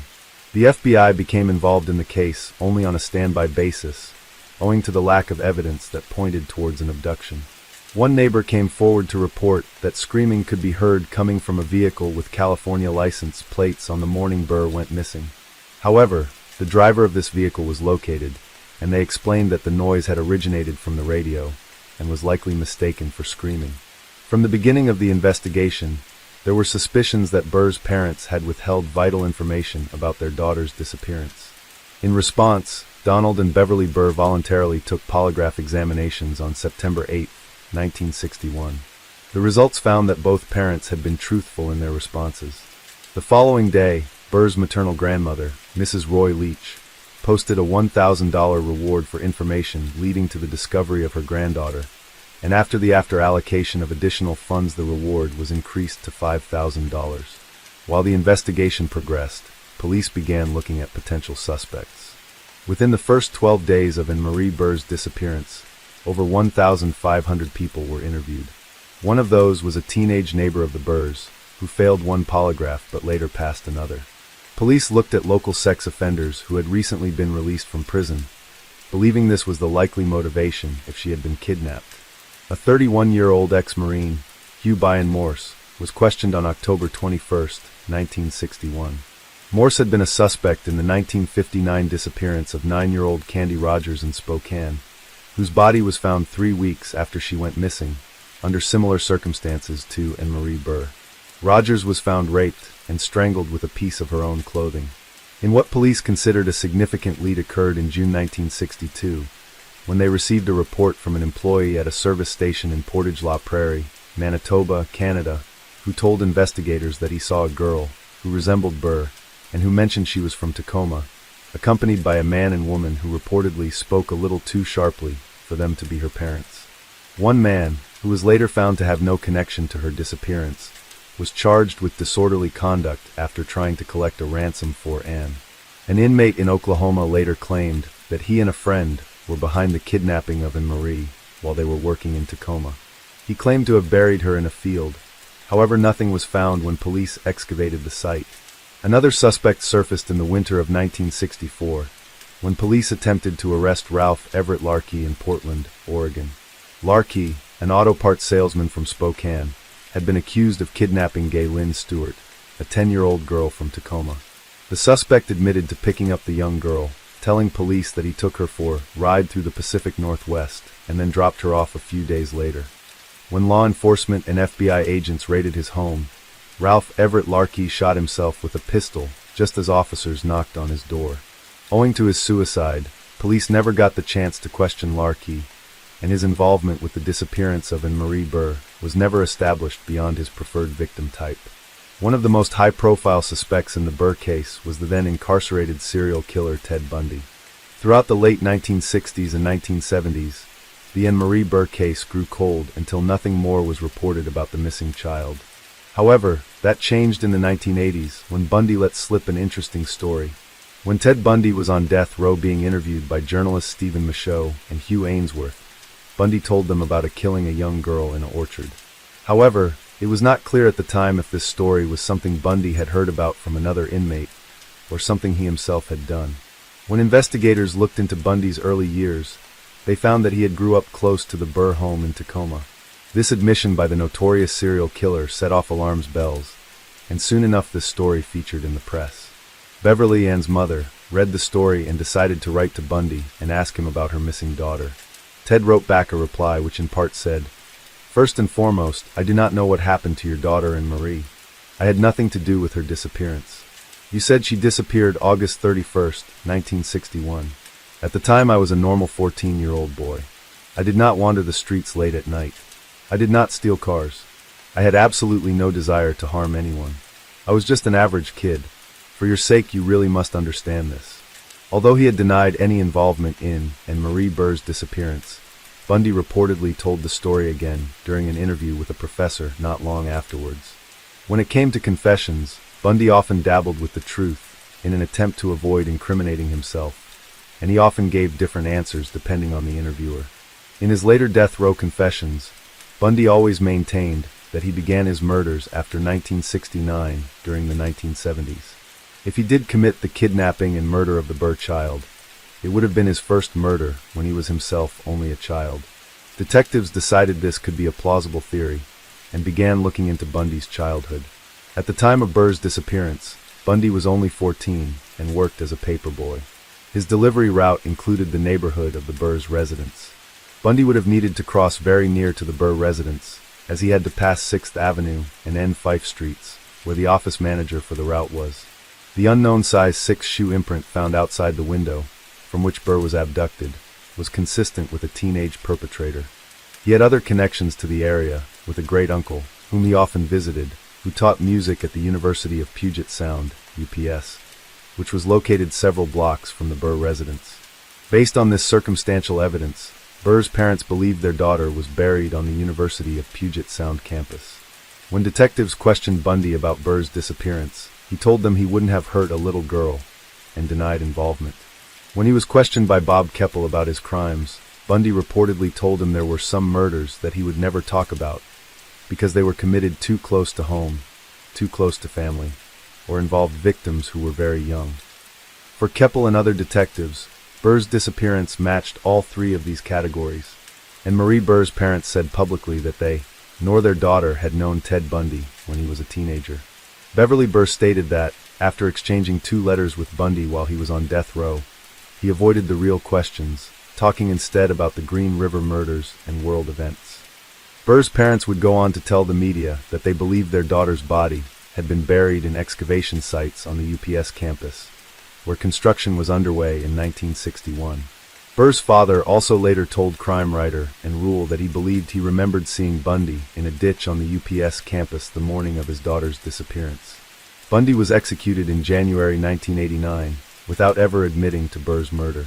The FBI CODIS database, or Combined DNA Index System, in Washington did not contain Ted Bundy's DNA sample.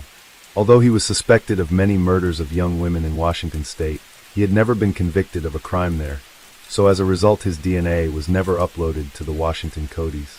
In September 2011, Bundy's DNA sample was finally uploaded into the Florida CODIS database, and evidence from the Burr crime scene was tested against his DNA in order to establish a connection. However, the testing failed because a full DNA profile could not be produced from the evidence.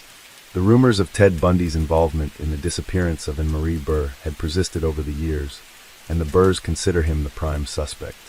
In July 1963, Donald and Beverly Burr adopted an infant girl and remained in Tacoma until their deaths. They would never get closure on the case of their missing daughter, and the mystery surrounding the circumstances of Marie Burr's death might never be known. Case 7. When serial killer Ted Bundy was sentenced to his 3rd death sentence, he found himself imprisoned at Stark Prison in Florida. With Ted Bundy on death row, the authorities questioned him on unsolved cases, and hoped he would finally reveal the whereabouts and divulge what happened to his many victims, most of whom were never found. During his later years on death row, Bundy helped authorities with the Green River killer investigation, and eventually made his confessions. However, one thing Ted Bundy always thought about was escape, and even on death row, he attempted at least one plan to gain his freedom.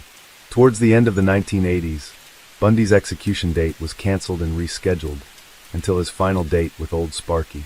On January 7, 1980, Ted Bundy would go on trial for the last time for the murder of Kimberly Leach, the 12-year-old Lake City Junior High School student.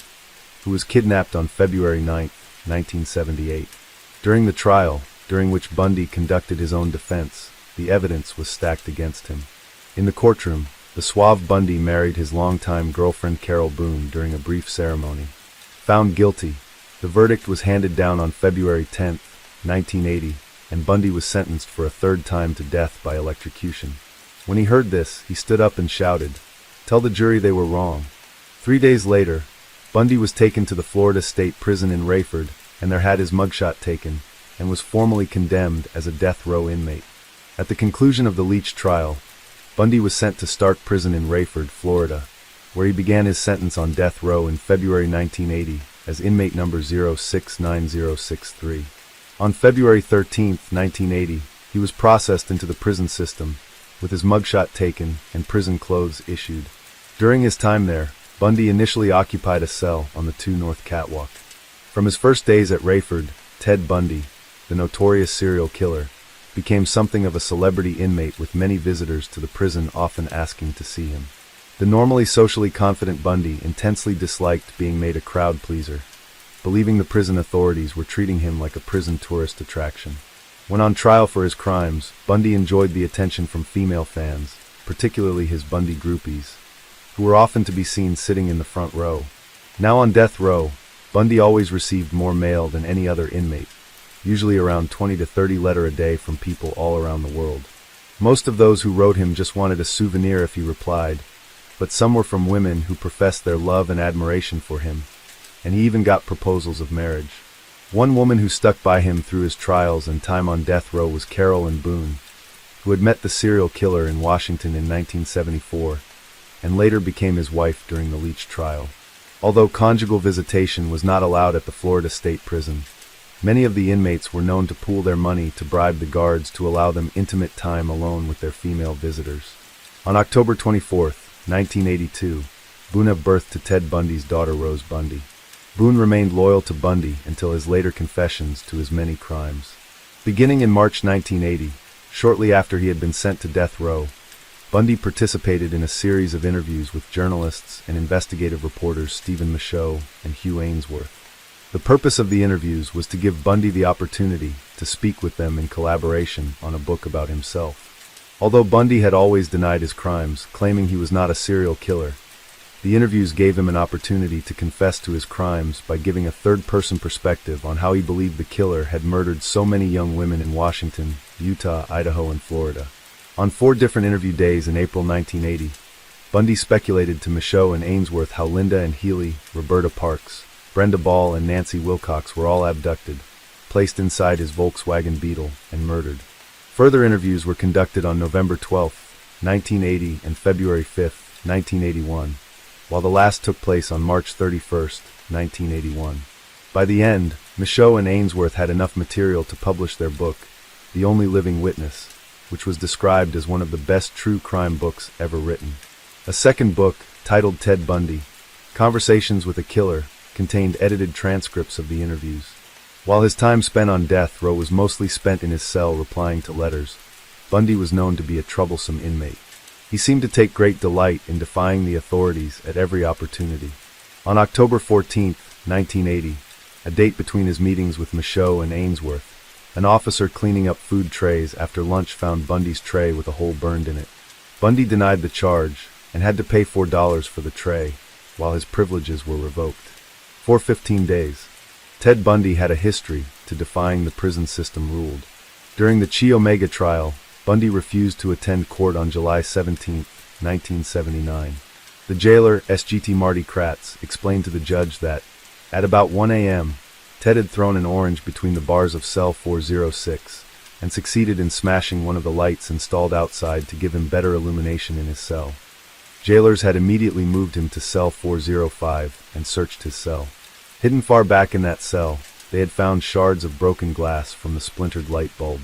SGT Kratz said, "When we went to get him for court this morning, we couldn't get the key in the lock. He'd jammed some toilet paper in there." Reminded that he was due in court, Bundy said, "I'll be there when I feel like it." On September 14, 1979, a correctional officer saw several magazine pictures pasted on the walls of Bundy's cell, a violation of prison rules. When the officer asked Bundy to remove them, he refused, saying, "The pictures are on the wall since I have no TV." At a hearing the next month, Bundy pleaded not guilty to the violation, adding that he wanted to brighten up his cell. His exercise privileges were revoked for 30 days. On death row, Bundy continued to cause problems for the guards. On February 2, 1983, 2 officers found water flooding the cell block where Bundy and other inmates were housed. Bundy was charged with disorderly conduct after officials determined he caused the flooding by repeatedly flushing his toilet. Bundy pleaded not guilty. His privileges were revoked for 30 days. While most of Bundy's misbehavior on death row was innocuous, and could even be considered as pranks by a bored inmate, which seemed focused more towards causing the guards and warden more paperwork, one particular incident that took place in 1984 was cause for concern by the prison authorities who were overseeing the imprisonment of a man with a record of successful escapes. By mid-1984, Bundy was moved up to R Wing 3 North and proceeded to keep his head down, quietly going about his business. During one evening shift on July 18, 1984, the Rayford guards decided to beat the bars, which was a security precaution that involved officers striking the metal bars of all the inmates' cells with a rubber mallet to detect any cutting or tampering. After the first cell had been checked, the wing sergeant struck the bars on cell number 2, and the sound of cold steel hit the floor and rolled out onto the quarterdeck. They realized they had been cut. The death row prisoner was cuffed and secured in the nearby shower cell. Then the same sound could be heard from cell number 3. This was Bundy's cell. Instantly our pucker factor went off the chart and a frightening feel set over us. How many cells were like this up here? We asked ourselves. It scared the hell out of us. Bundy was quickly handcuffed and the sergeant ordered the wing sealed off and additional assistance was requested. It was determined only 2 of the cells were tampered with, and it was learned Ted Bundy and the other inmate had formulated a plan to escape by taking the midnight shift officers hostage.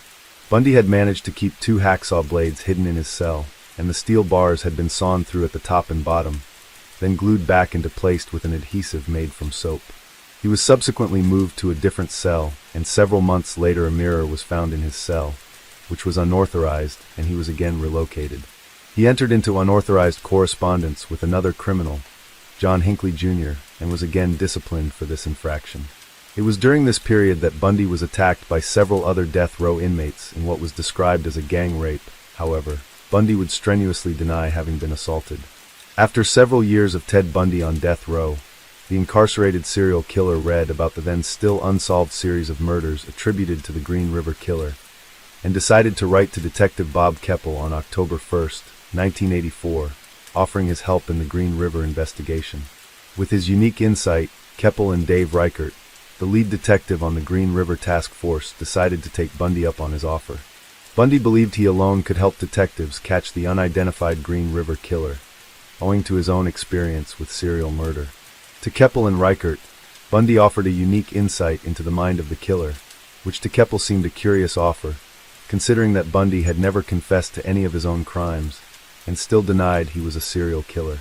Several weeks after sending his letter, Keppel and Reichert traveled to the Florida State Penitentiary, and there met with Bundy in a small interrogation room off death row. Although Bundy could never provide Keppel with enough information to help catch the killer, he did offer many insightful opinions on how the killer might operate. He spoke about how the River Man, as he described the killer, might be selecting his victims, how long the killer might have been operating, the reason he was dumping bodies in different places, and he often lectured the 2 detectives on they should conduct their investigation. Keppel would make several more trips to see Bundy over the next few years, and not only in relation to the Green River Killer, but also to get Bundy to confess his own crimes. Sometime in August 1986, 5 sketches that were alleged to have been drawn by Ted Bundy were delivered to an unknown source. These 5 drawings depicted a variety of images, each of which conveyed different emotions that the artist intended to express. The first, known as Me, depicts a figure with strong angular features dressed in stylish clothes. This is the image Bundy wanted to present to people, and could be considered his fake Ted. The second, known as The Entity, was a representation of his dark side. It shows a warrior, wearing a helmet and wielding an axe, which could be the true Ted, used to metaphorically describe the emotions and rage that he tried to hide from the world. The third was Handcuffs, and showed a man wearing restraints. This could be an indication of how Bundy saw himself in relation to admitting to his guilt, and how his hands were tied in his refusal to confess. The fourth was Big Fish, and contains strong connections to his view on serial killers, and how there are many small fish that the FBI will catch, but every now and then they will capture a big fish, such as Bundy and the Riverman. The fifth and last drawing was titled Freedom, and is one of the more complex renditions of the entire set. It shows a woman with long hair, similar to his many victims, along with a large sword, a hooded figure, and a skull beneath the woman. It contains the most overtly sexual imagery. However, its interpretation is not as easily explained and is open to debate. Bundy once said to investigators about confessing to his crimes, "Walking right up to the edge is a thrill, but I can't do it. I haven't allowed myself to choke." For more than a decade, he had insisted on his own innocence. So much so that his family and even Carol Boone believed he had been wrongly convicted for crimes he never committed. Boone would stay by his side almost until the end. In the last few years of his time on death row, Bundy formed a somewhat complicated, if unusual, relationship with FBI Special Agent William "Bill" Hagmaier. He first met Ted Bundy in 1984, when he helped the Green River investigation. Bundy seemed to confide in Hagmaier, telling the FBI agent about his innermost thoughts and feelings on serial murder. But even to Hagmaier, Bundy refused to confess. "Sitting there in a cell, I could convince myself that I was not guilty of anything." As his execution date grew nearer, Bundy attempted to gain more time by giving up details about murders for which he had not been convicted. He told Hagmaier about the murder of Melissa Smith in Utah in October 1974. He confessed to decapitating the young girl and taking her head home with him to his Utah apartment. There, he spent the evening applying makeup to Smith's face. At the same time, he washed the hair of another victim, Laura Am, whose head he had kept after her murder. He told Hagmaier, "If you've got time, they can be anyone you want them to be." With his execution date set, Bundy told detectives from Utah, Colorado, and Idaho that he had committed numerous other murders for which he had never been charged.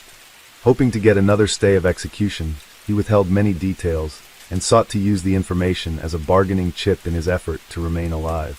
In the end, he confessed to the murders of 30 women throughout Washington, Utah, Colorado, and Idaho. Hagmaier asked Bundy if 36 was an appropriate number of victims. He said, "Add one more digit, and you have it." Some investigators suspect that Bundy was responsible for as many as 100 unsolved murders, but there has never been any evidence to support this. Facing death in the electric chair for his crimes, the time of Ted Bundy on death row was marked by an erratic and, at times, indeterminate execution date. On March 4, 1985, an execution date for the Chi Omega convictions is set. However, the U.S. Supreme Court issued a brief stay of execution. This did not last long, and a new execution date was quickly rescheduled. In April 1986, a new execution date, July 2, 1986, was announced, and Bundy finally began making confessions to his lawyer Polly Nelson and FBI Special Agent Bill Hagmaier. On July 1, 1986, less than 15 hours before the scheduled execution date, the 11th Circuit Court of Appeals stayed indefinitely and remanded the Chi Omega case for review on multiple technicalities. This including Bundy's mental competency to stand trial and an erroneous instruction by the trial judge during the penalty phase requiring the jury to break a 6-6 tie between life imprisonment and the death penalty. On November 18, 1986, Bundy obtains a stay of execution only 7 hours before he is scheduled to die. Over the next 3 years, no further dates are set until January 1989, when Florida Governor Bob Martinez signed Bundy's 4th death warrant. On January 22nd, Bundy has one last meeting with Keppel and Hagmaier. His execution date was set for January 25th. On that morning, Bundy called Carol Boone. However, she refused to take his call after hearing of his confessions. With his appeals exhausted, and the families of the victims refusing to stay, petitioned Governor Martinez for a stay of execution, Bundy talked of suicide. The morning of January 25th, at 7:16 a.m., the execution of Ted Bundy was carried out. People outside cheered when news of his death was announced, and many held up placards with "Burn, Bundy, burn," in celebration at the passing of one of the most notorious of serial killers. Case 8. The story of Colleen Stan is a harrowing tale of survival and resilience. Known as the Girl in the Box, Stan endured a horrific 7-year captivity at the hands of her kidnappers, Cameron and Janice Hooker, before finally escaping in 1984. Her ordeal stands as one of the most shocking cases of prolonged captivity in modern history.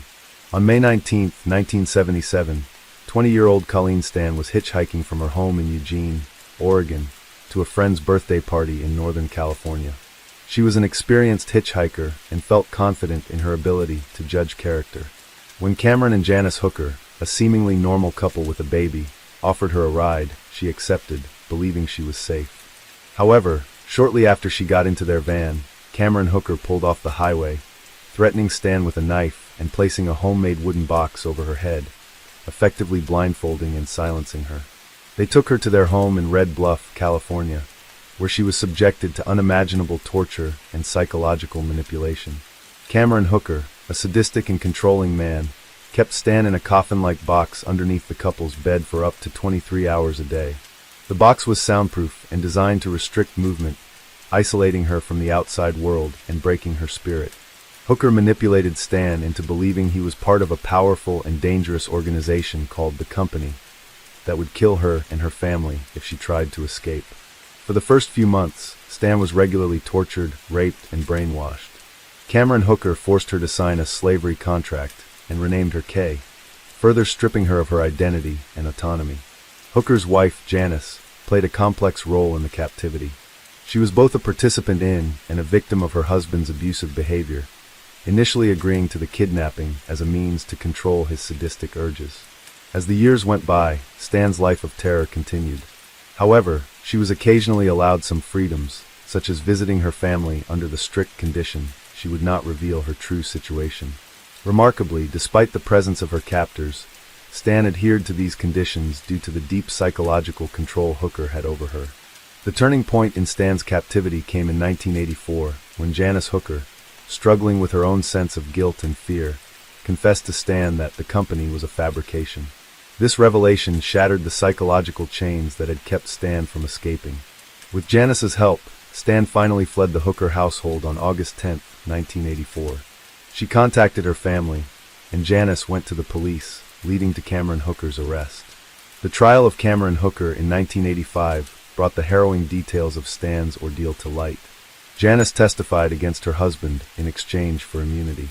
Cameron Hooker was convicted of multiple charges, including kidnapping, rape, and sexual assault.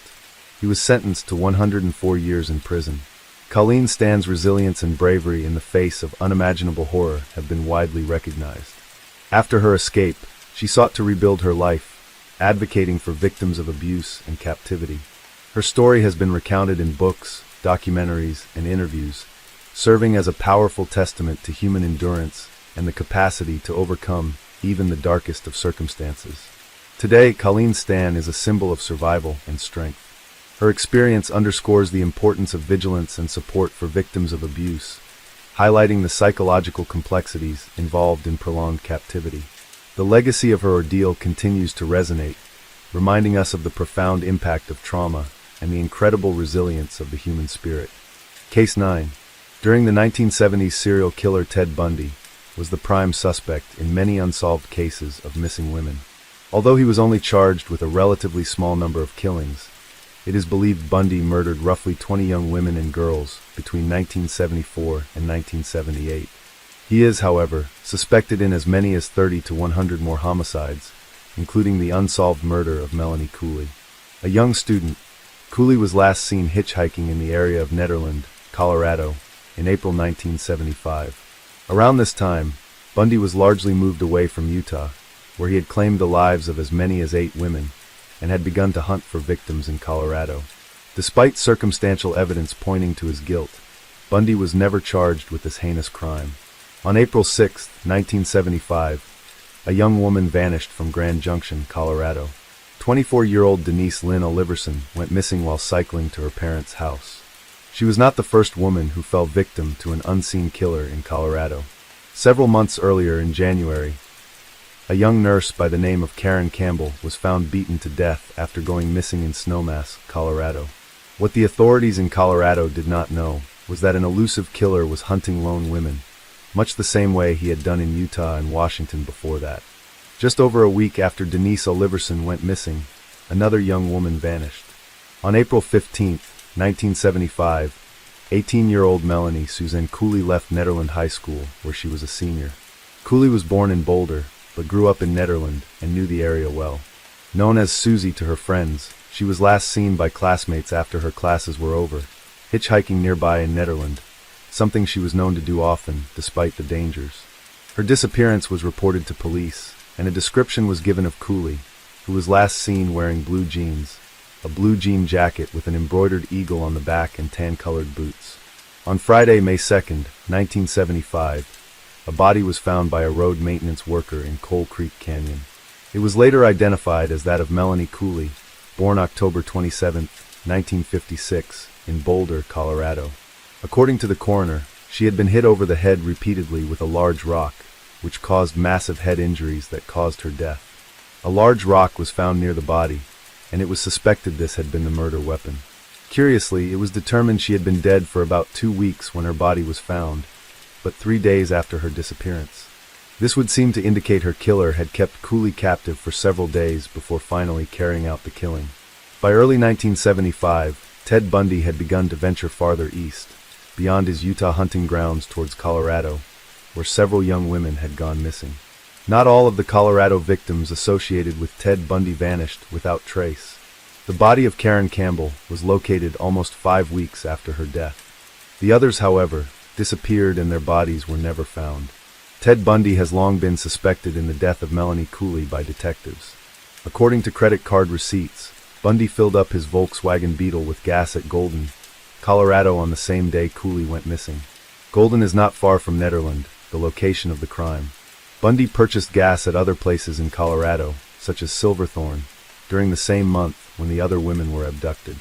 It is likely that Bundy was actively searching for victims in Colorado after the investigation into the disappearances of 8 young women in Utah caused him to relocate for fear of capture. Just 4 days before Cooley went missing, Bundy reported the theft of his Utah plates, but actually kept them and used them intermittently with his newly issued plates. The method used to murder Melanie Cooley would seem to confirm Bundy as a suspect. It is strongly suspected that Bundy preferred strangulation as a method of dispatching his victims, providing a clean murder with little mess. Indeed, he had once said, "You feel the last bit of breath leaving their bodies, you're looking into their eyes." A person in that situation is God. This was one reason why he managed to stay one step ahead of the authorities, by leaving as little evidence behind as possible. However, he was known to bludgeon his victims when orchestrating their kidnapping. For this, he would use a small tire iron or crowbar hidden in the wheel arch of his Volkswagen Bug, which he used to hit them over the head, something that served only to stun them before they were bound and put inside his vehicle. The crowbar became an integral part of Ted Bundy's murder kit. The death of Karen Campbell is one of the rare cases where the body of one of Bundy's victims was found. Almost all his other victims' remains were never located. In the case of Campbell, she had been beaten about the head from a blunt object that caused a large pool of blood that surrounded her head.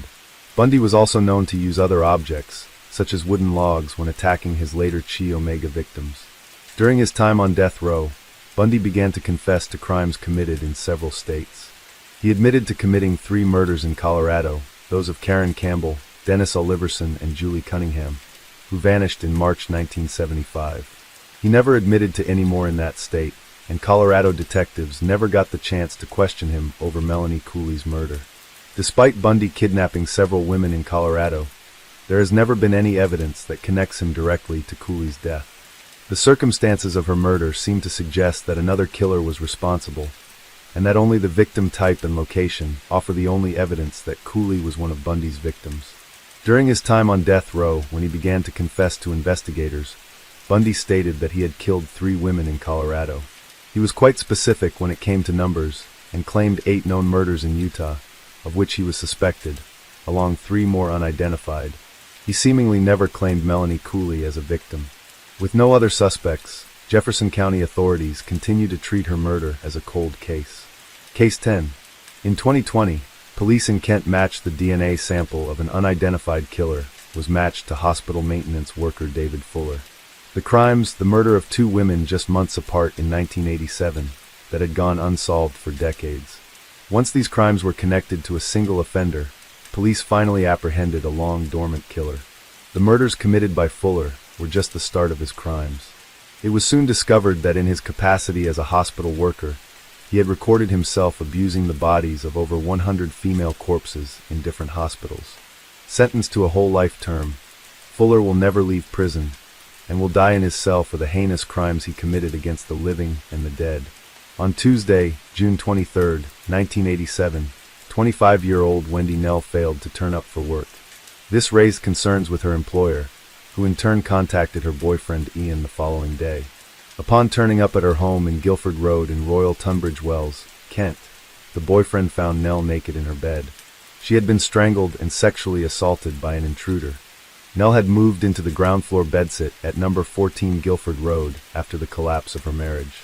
Her friend at the time, Julie Monks, said she believes the breakup came as a blow, and went on to describe Wendy as independent and hardworking. Monks added that Nell was determined to begin a family, have children, and make a home for them. The bedsit was reportedly run down, and Wendy disliked how small her home was, and never allowed anyone to visit, spending as little time she possible there. When she left the bedsit at after 1800 hours p.m., she left the rear window open. She had been unable to close it, because the latch had been painted over. This allowed easy access, and her ground floor flat backed out onto a poorly lit alleyway. At the time of her death, Nell was working as the manager at the photo shop Supasnaps, and on the night of the Monday, June 22nd, her boyfriend had dropped her off at home around 11:15 p.m. Her neighbors later said they heard nothing out of the ordinary through the thin walls of the bedsits. Unbeknownst to anyone, Wendy Nell had been battered by an intruder, sexually assaulted and strangled. When she was found the next morning, her blood covered the bed on which she lay. It was believed that several items were missing from her flat, including her diary and a set of keys. The key fob had been a souvenir brought back from a recent visit to Austria, and was considered unique, along with a brass Woman of the Year tag that was attached to the key fob. Neither of these items were found, and police suspected the killer had taken them. Several months later, on November 24, 1987, a young woman disappeared from her home. On the night 20-year-old Caroline Pierce vanished, there were reports of screaming from her doorstep. It would be 3 weeks before her body was discovered, 40 miles away, dumped, naked apart from her tights, in an overgrown drainage ditch on farmland in Romney Marsh on the south coast. It was only by chance that her body was spotted by a tractor driver owing to his position high up in his vehicle's cab. Pierce, from Grosvenor Park, worked at Buster Brown's, a popular Tunbridge Wells restaurant. It was reported her injuries were similar to those carried out against Wendy Nell, and despite little evidence at the time, detectives suspected these two murders were somehow linked. The press referred to the two crimes as the bedsit murders. Police launched a comprehensive investigation. In Tunbridge Wells, several prowlers had been seen in the area. However, none of these incidents had been reported to police. 24 hours before Wendy Nell was murdered, a strange incident had been reported less than 50 yards away from her home. On June 21st, a 19-year-old was alone in her flat when she heard her doorbell ring. When she answered it, an unfamiliar man was standing at her door. He told her, "You shouldn't leave your window open, especially in the bedroom," before walking away. The witness later gave police a detailed description of the strange man she encountered at her door.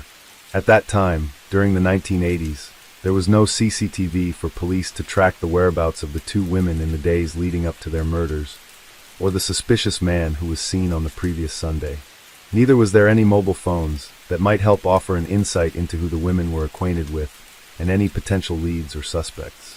Coupled with the fact that DNA analysis was still in its infancy, police were facing an uphill struggle to solve what were two extremely complex murder investigations.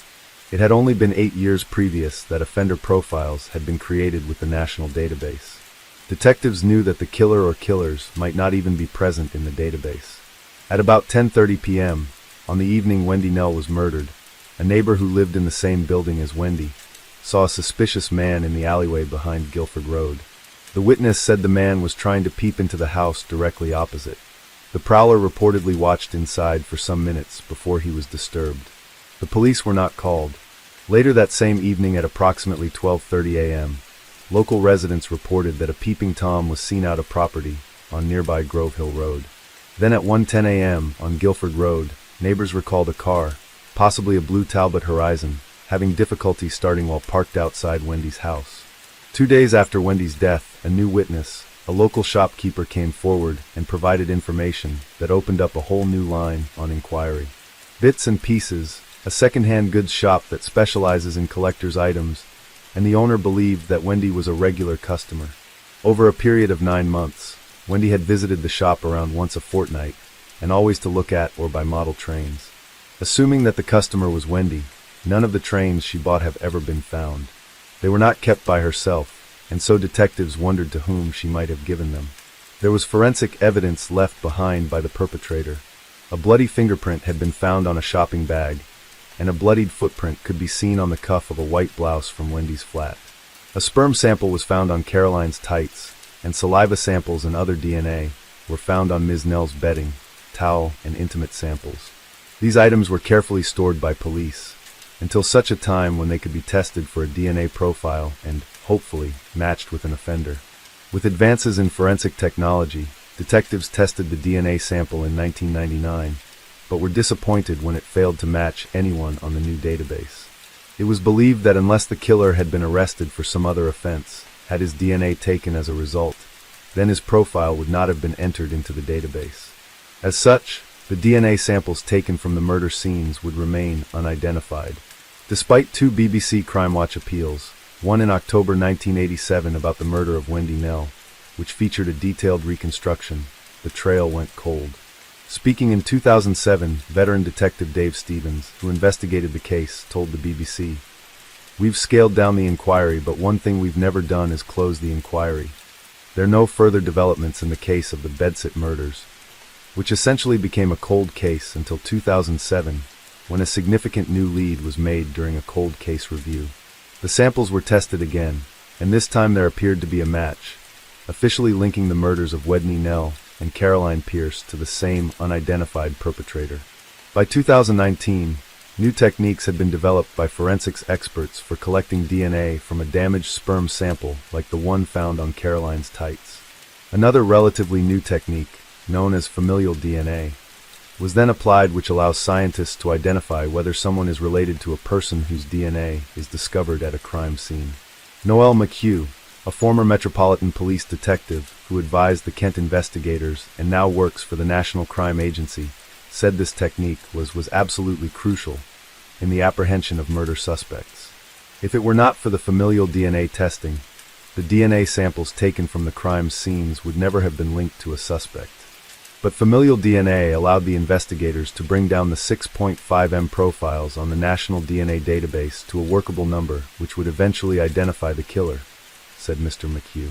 Suspecting their killer was local, and with a list of people who lived in the nearby area of the murders, as well as the right age group, detectives narrow their list. "We came up with a long list of people, in order of which was the closest possibility of being the right relation of our offender," said Senior Investigating Officer Det Supt Ivan Beasley. After a lengthy search, police eventually hit a match. The closest partial DNA match was from a man whose surname was Fuller.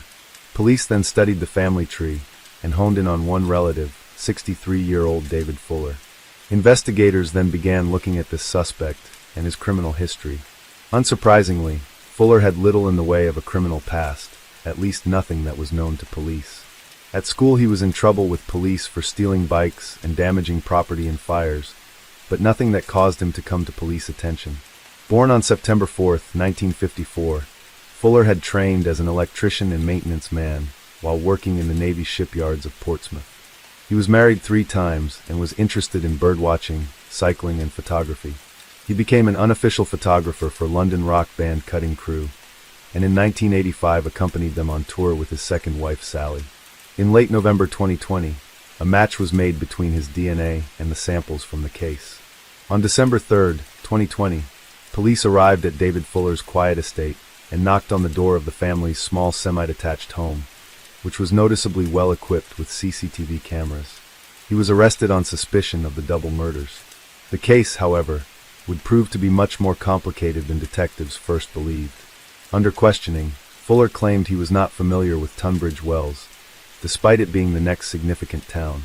When asked, he denied ever visiting Supasnap's shop or Buster Brown's, and categorically denied knowing or being responsible for the murders of Wendy Nell and Caroline Pierce. "That was a lie," said Det Supt Beasley, and he and his detectives would prove it. From the search of his home, it became apparent to detectives that David Fuller had obsessively recorded his life. He kept diaries detailing nights out at restaurants and photos that showed his rides with a cycling club, along with the invoices he had issued as a maintenance man and electrician. This provided a wealth of information for officers to search through. Among the man invoices, police found some were for work around Tunbridge Wells, the area from where both women who had been murdered lived, and a place David Fuller denied ever visiting. From the pages of his diary entries, it was learned that he had been a regular customer at Buster Brown's, where victim Caroline Pierce worked. Fuller had actually lived on the same road as Wendy in the 1970s and 80s, before she moved in. Police contacted the cycling club and spoke with members in an effort to see if they remembered the routes taken during that time, which it turned out included through Romney Marsh, where Caroline was discovered. One of the photographs found at Fuller's home shows him lying on his stomach on a sunny day in the 1980s, his feet upturned, the soles of his Clark's shoes exposed. There, in the image, police could see that the pattern matched the print found in Wendy's flat. When his fingerprints were taken, they were found to be a match to the bloody print on the shopping bag. However, the most damning evidence against David Fuller was that his DNA matched the semen sample taken decades before from Caroline's tights. After 33 years, detectives had finally caught their killer. As the investigation continued, no one could have imaged it would take an even darker turn when shocking new evidence emerged. Further crimes were committed before the two Tunbridge Wells murders, and these included a series of what police called creeper burglaries he committed in the 1970s. But there were far more insidious crimes that David Fuller had committed, crimes which were revealed during the extensive searches of his home. Since the 1980s, Fuller had hoarded computer hardware, including hundreds of hard drives. Forensic experts found the number staggering, with memory cards and obsolete storage disks numbering in the thousands. There were 30 mobile phones and SIM cards alone, and other assorted devices. When examining a cupboard, they came across more. Inside the cupboard, Fuller had positioned a cabinet, and once pulled away from the wall, it revealed a holder screwed to the back. Described as a concealed hide, it was found to contain a further 4 hard drives. They contained some of the most disturbing evidence. On the hard drives were videos, apparently filmed by Fuller inside a hospital mortuary. From the contents of these videos, it soon became apparent to detectives that David Fuller had been sexually abusing the bodies of dead people. Noel McHugh recalls the day he first opened the report that detailed this latest lurid detail in the investigation. "I could not comprehend it," he said. "My thoughts were very much for Wendy Nell's family and Caroline Pierce's 33 years without justice. But now families are finding out that their loved one, when they should have been safe and afforded dignity in death, suffered at the hands of David Fuller." It was learned that during his time working at various hospitals, Fuller was provided with an Access All Areas swipe card. This also provided him with access to the mortuary, an area he regularly visited. At one of the newer hospitals, the fridges used to store the bodies of deceased patients have doors at each end, one of which is covered by CCTV cameras. However, the other, where post-mortem examinations take place, naturally has none. Fuller knew this, because police found no footage from the hospital of what he was doing. Instead, they relied heavily on his own videos, filmed on a small camera, which showed him interfering with as many as 100 female corpses. The evidence was damning. Investigators were able to pause the footage to read details on patients' wristbands. By cross-referencing the metadata on the videos, which showed when they had been filmed, with the names of patients in the mortuary at the time, forensic experts were able to confirm the dates of Fuller's offending. He even kept a little black book, into which he recorded the many names of his deceased victims. Libby Clark, a senior Crown prosecutor, said he wouldn't leave them alone. He went back to them on different occasions. "This is the most disturbing and challenging case I have ever been involved with." Fuller's offending within hospitals is believed to have involved as many as 100 victims, whose ages range from under 18 to over 85, and taken place between the years of 2008 and 2020. Equally as disturbing was the discovery in David Fuller's house of what police described as one of the biggest stashes of child sexual abuse images ever discovered, which included millions of images and videos. "The psychopathology at work here is very definitely sadomasochism," says Dr. Richard Badcock, a consultant forensic psychiatrist whose work for the police includes assessing Harold Shipman. Dr. Badcock believes Fuller's crimes followed a distinctive pattern. In essence, not being able to deal with your own issues except by manipulative behavior. David Fuller was living a deceptive and double life. His NHS sources say colleagues saw him as helpful, the guy who would change a light bulb or fix a fuse with a smile. While behind closed doors, he was committing the most appalling crimes. Dr. Badcock believes the progression of Fuller's crimes began with voyeurism, as seen in the creeper burglaries Fuller committed in the 1970s, before gradually escalating his behavior into murder and abuse. Although you are doing extreme things, you might only feel alive in the moment of the offense. Fuller had worked in electrical maintenance at hospitals since 1989 and was at the Kent and Sussex Hospital until it closed in September 2011. He was then transferred to the Tunbridge Wells Hospital at Pembury, where he committed further offenses against the deceased until his arrest. The direct link between the sexual homicides of Wendy and Caroline and the later offenses in the mortuary are what Dr. Badcock regards as psychologically more extreme than murder. Necrophilia, that's it. There's nowhere else to go after that. It is a crime that, ironically, carries a maximum 2-year sentence compared to life for murder. On January 21, 2021, David Fuller entered a plea of not guilty for the murders of Wendy Nell and Caroline Pierce. He was remanded in custody to await his trial, which was expected to begin on October 25th. On October 8th, Fuller admitted to killing the 2 women.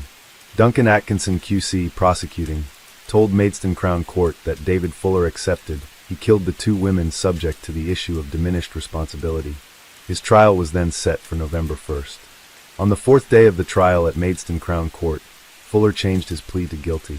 He had also previously admitted sexually abusing bodies in 2 Kent hospital morgues over 12 years.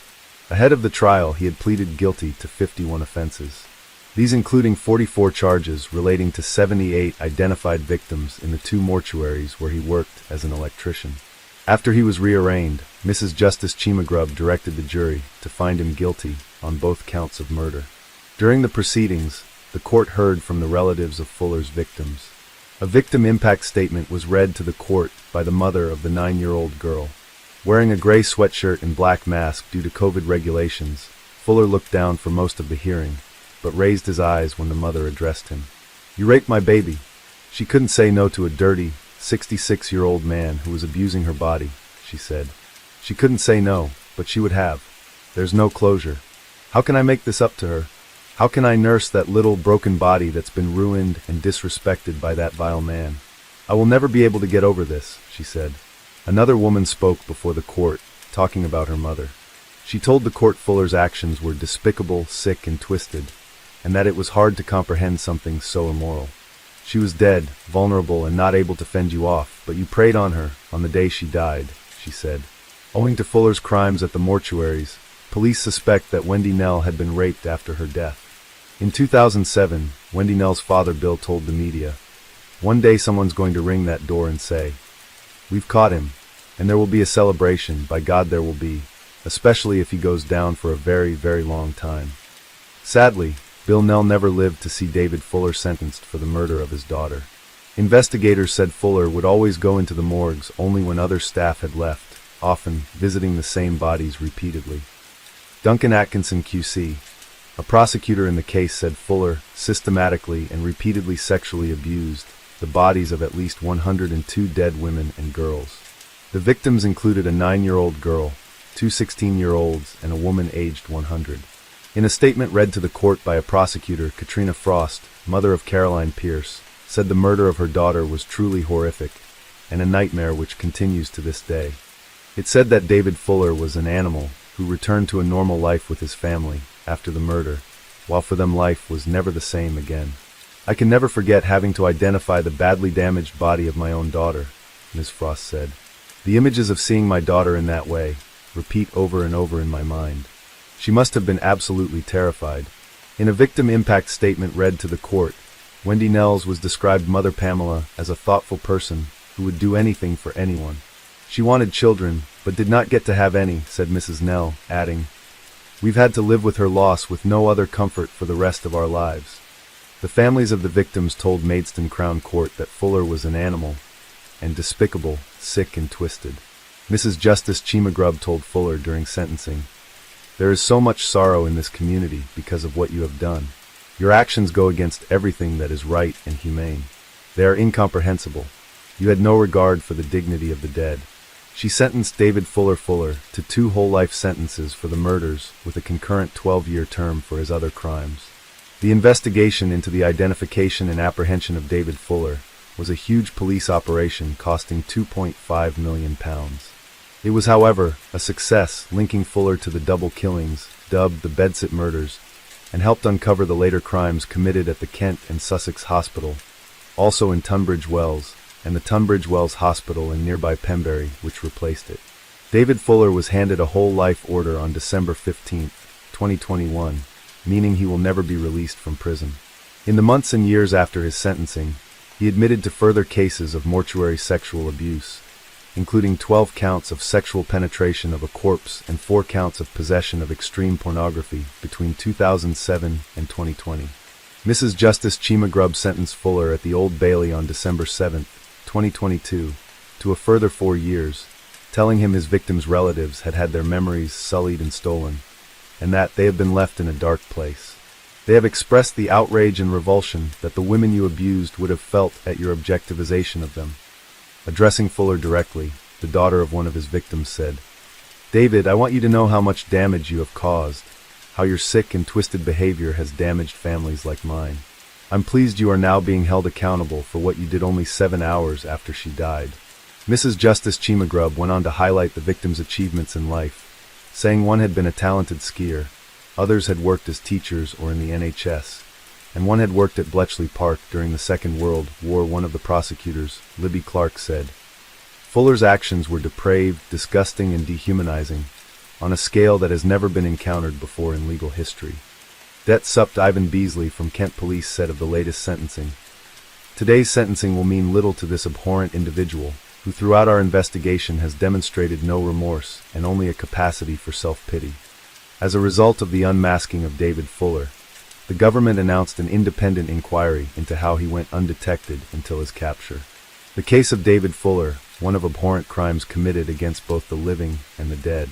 His mortuary crimes against the deceased are known to have taken place between 2008 and 2020. However, there remains a glaring hole in his record, with no known offending between 1987 and 2008.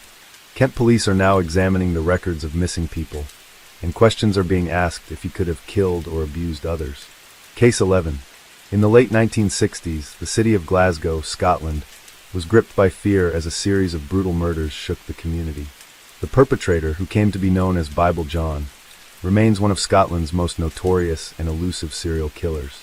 Despite extensive investigations, his identity has never been definitively uncovered, leaving a legacy of mystery and terror. The crimes attributed to Bible John occurred between 1968 and 1969, with 3 women falling victim to his violence. All 3 murders shared chilling similarities, suggesting the work of a single killer. The first victim, Patricia Docker, a 25-year-old nurse, was found on February 23, 1968. She had been strangled and beaten, her body discovered in a back lane near her home.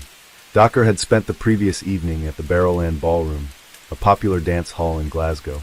Less than a year later, on August 16, 1969, Jemima MacDonald, a 32-year-old mother of 3, was found murdered in a similar fashion. She had also been strangled and beaten, and her body was discovered in an abandoned building. Like Docker, MacDonald had spent the evening at the Barrowland Ballroom. The pattern of the crimes began to emerge, focusing the investigation on the dance hall and its patrons. The third and final known victim was Helen Pudick, a 29-year-old mother of 2, whose body was found on October 31, 1969. Pudick had been raped, strangled, and beaten. She, too, had spent the evening at the Barrowland Ballroom. The key piece of evidence in Pudick's case came from her sister, Jean, who had accompanied her to the ballroom that night. Jean provided a detailed description of the man they had met and shared a taxi with after leaving the dance hall. This man had identified himself as John. Jean Pudick's description portrayed a well-dressed man in his mid-20s to early 30s, around 6 feet tall, with reddish or fair hair and a distinctive Glasgow accent. He had mentioned quotes from the Bible during their conversation, which led to his infamous moniker, Bible John. Despite this crucial eyewitness account, the investigation struggled to identify the suspect. The hunt for Bible John was extensive and high-profile. Police conducted door-to-door inquiries, interviewed thousands of potential witnesses, and distributed composite sketches based on Jean Pudic's description. However, the case was plagued by a lack of concrete evidence and reliable leads. The Barrowland Ballroom became a focal point of the investigation, but no definitive connections were made. In the decades following the murders, numerous theories and suspects have emerged. One theory posits that Peter Tobin, a convicted serial killer with a history of violence against women, could be Bible John. Tobin lived in Glasgow during the late 1960s, and his known crimes bore similarities to those attributed to Bible John. However, no conclusive evidence has linked Tobin to the Barrowland murders, and he has never been charged in connection with them. Advances in forensic technology have not yet provided a breakthrough in the case. DNA evidence collected from the crime scenes was inconclusive, and many key pieces of evidence have degraded over time. Despite renewed efforts and occasional media interest, the true identity of Bible John remains a mystery. The case of Bible John continues to haunt Glasgow, a reminder of a dark period in the city's history. The unresolved nature of the murders leaves open questions about justice for the victims and their families. Bible John stands as one of the most enduring enigmas in the annals of Scottish crime, a shadowy figure whose true identity may never be uncovered. Case 12. Haute de la Garenne, a former children's home on the island of Jersey, became the epicenter of a shocking investigation that exposed a history of abuse and neglect spanning several decades. What was once considered a place of refuge for vulnerable children evolved into a harrowing symbol of systemic failure and betrayal. Built in the 19th century, Haute de la Garenne served various purposes over the years, including use as a youth hostel and later as a residential care facility for children. However, the idyllic facade masked a darker reality of abuse that persisted for many years, hidden behind closed doors. The turning point in exposing the atrocities occurred in 2008 when the States of Jersey Police launched Operation Rectangle, a comprehensive investigation into historical child abuse allegations on the island. The focus quickly shifted to the Jersey care home, as survivors came forward with harrowing accounts of physical, emotional, and sexual abuse suffered within its walls. The investigation uncovered a deeply disturbing pattern of mistreatment and exploitation that had persisted over several decades. Survivors recounted tales of cruelty, violence, and sexual assault at the hands of those entrusted with their care. The institutionalized nature of the abuse pointed to a systemic failure in oversight and accountability. One of the most shocking aspects of the investigation was the discovery of a secret underground chamber at Haute de la Garenne, colloquially referred to as the punishment room. This sinister space was believed to have been used for both physical punishment and sexual abuse, further confirming the horrifying extent of the crimes committed against vulnerable children. Forensic teams meticulously examined the site, unearthing evidence of decades-old crimes. The remains of shackles, restraints, and fragments of a bath that survivors claimed was used for punishment were among the haunting artifacts recovered from the underground chamber. The grim discoveries painted a vivid picture of the institutionalized cruelty that had persisted within Haute de la Garenne for generations. As the investigation progressed, it became evident that the culture of silence and complicity had allowed the abuse to fester unchecked. Survivors faced not only physical and emotional trauma, but also the profound injustice of having their pleas for help dismissed or ignored. The revelation of these dark secrets at Haute de la Garenne sparked outrage and prompted a broader conversation about the need for accountability and reform within the child care system. The legal repercussions of Operation Rectangle were significant. Several individuals, including former staff members of Haute de la Garenne, were arrested and charged with various offenses, ranging from physical assault to sexual abuse. The investigation extended beyond the children's home, implicating other individuals and institutions on the island. There have been unsubstantiated rumors that Edward Paisnell, the sex offender known as the Beast of Jersey, had been involved in the child abuse committed at the Jersey Children's Care Home. Similarly, it was found that former DJ Jimmy Saville, later unmasked as a prolific sex offender, had visited the Children's Care Home and was pictured outside with a group of children. The fallout from Haute de la Garenne prompted a reassessment of child protection policies in Jersey, with a focus on preventing future instances of abuse and ensuring that survivors received the support they deserved. The island's government faced scrutiny for its role in oversight and accountability, leading to calls for systemic reforms within the child welfare system. The old dilapidated building used as a children's care home stands as a stark reminder of the profound impact that institutional abuse can have on vulnerable individuals. The investigation not only exposed the crimes committed within its walls, but also ignited a broader conversation about the importance of safeguarding the welfare of children in institutional care. Haute de la Garenne serves as a cautionary tale, prompting societies to remain vigilant in protecting the most vulnerable members and ensuring that those responsible for their care are held accountable for any breaches of trust.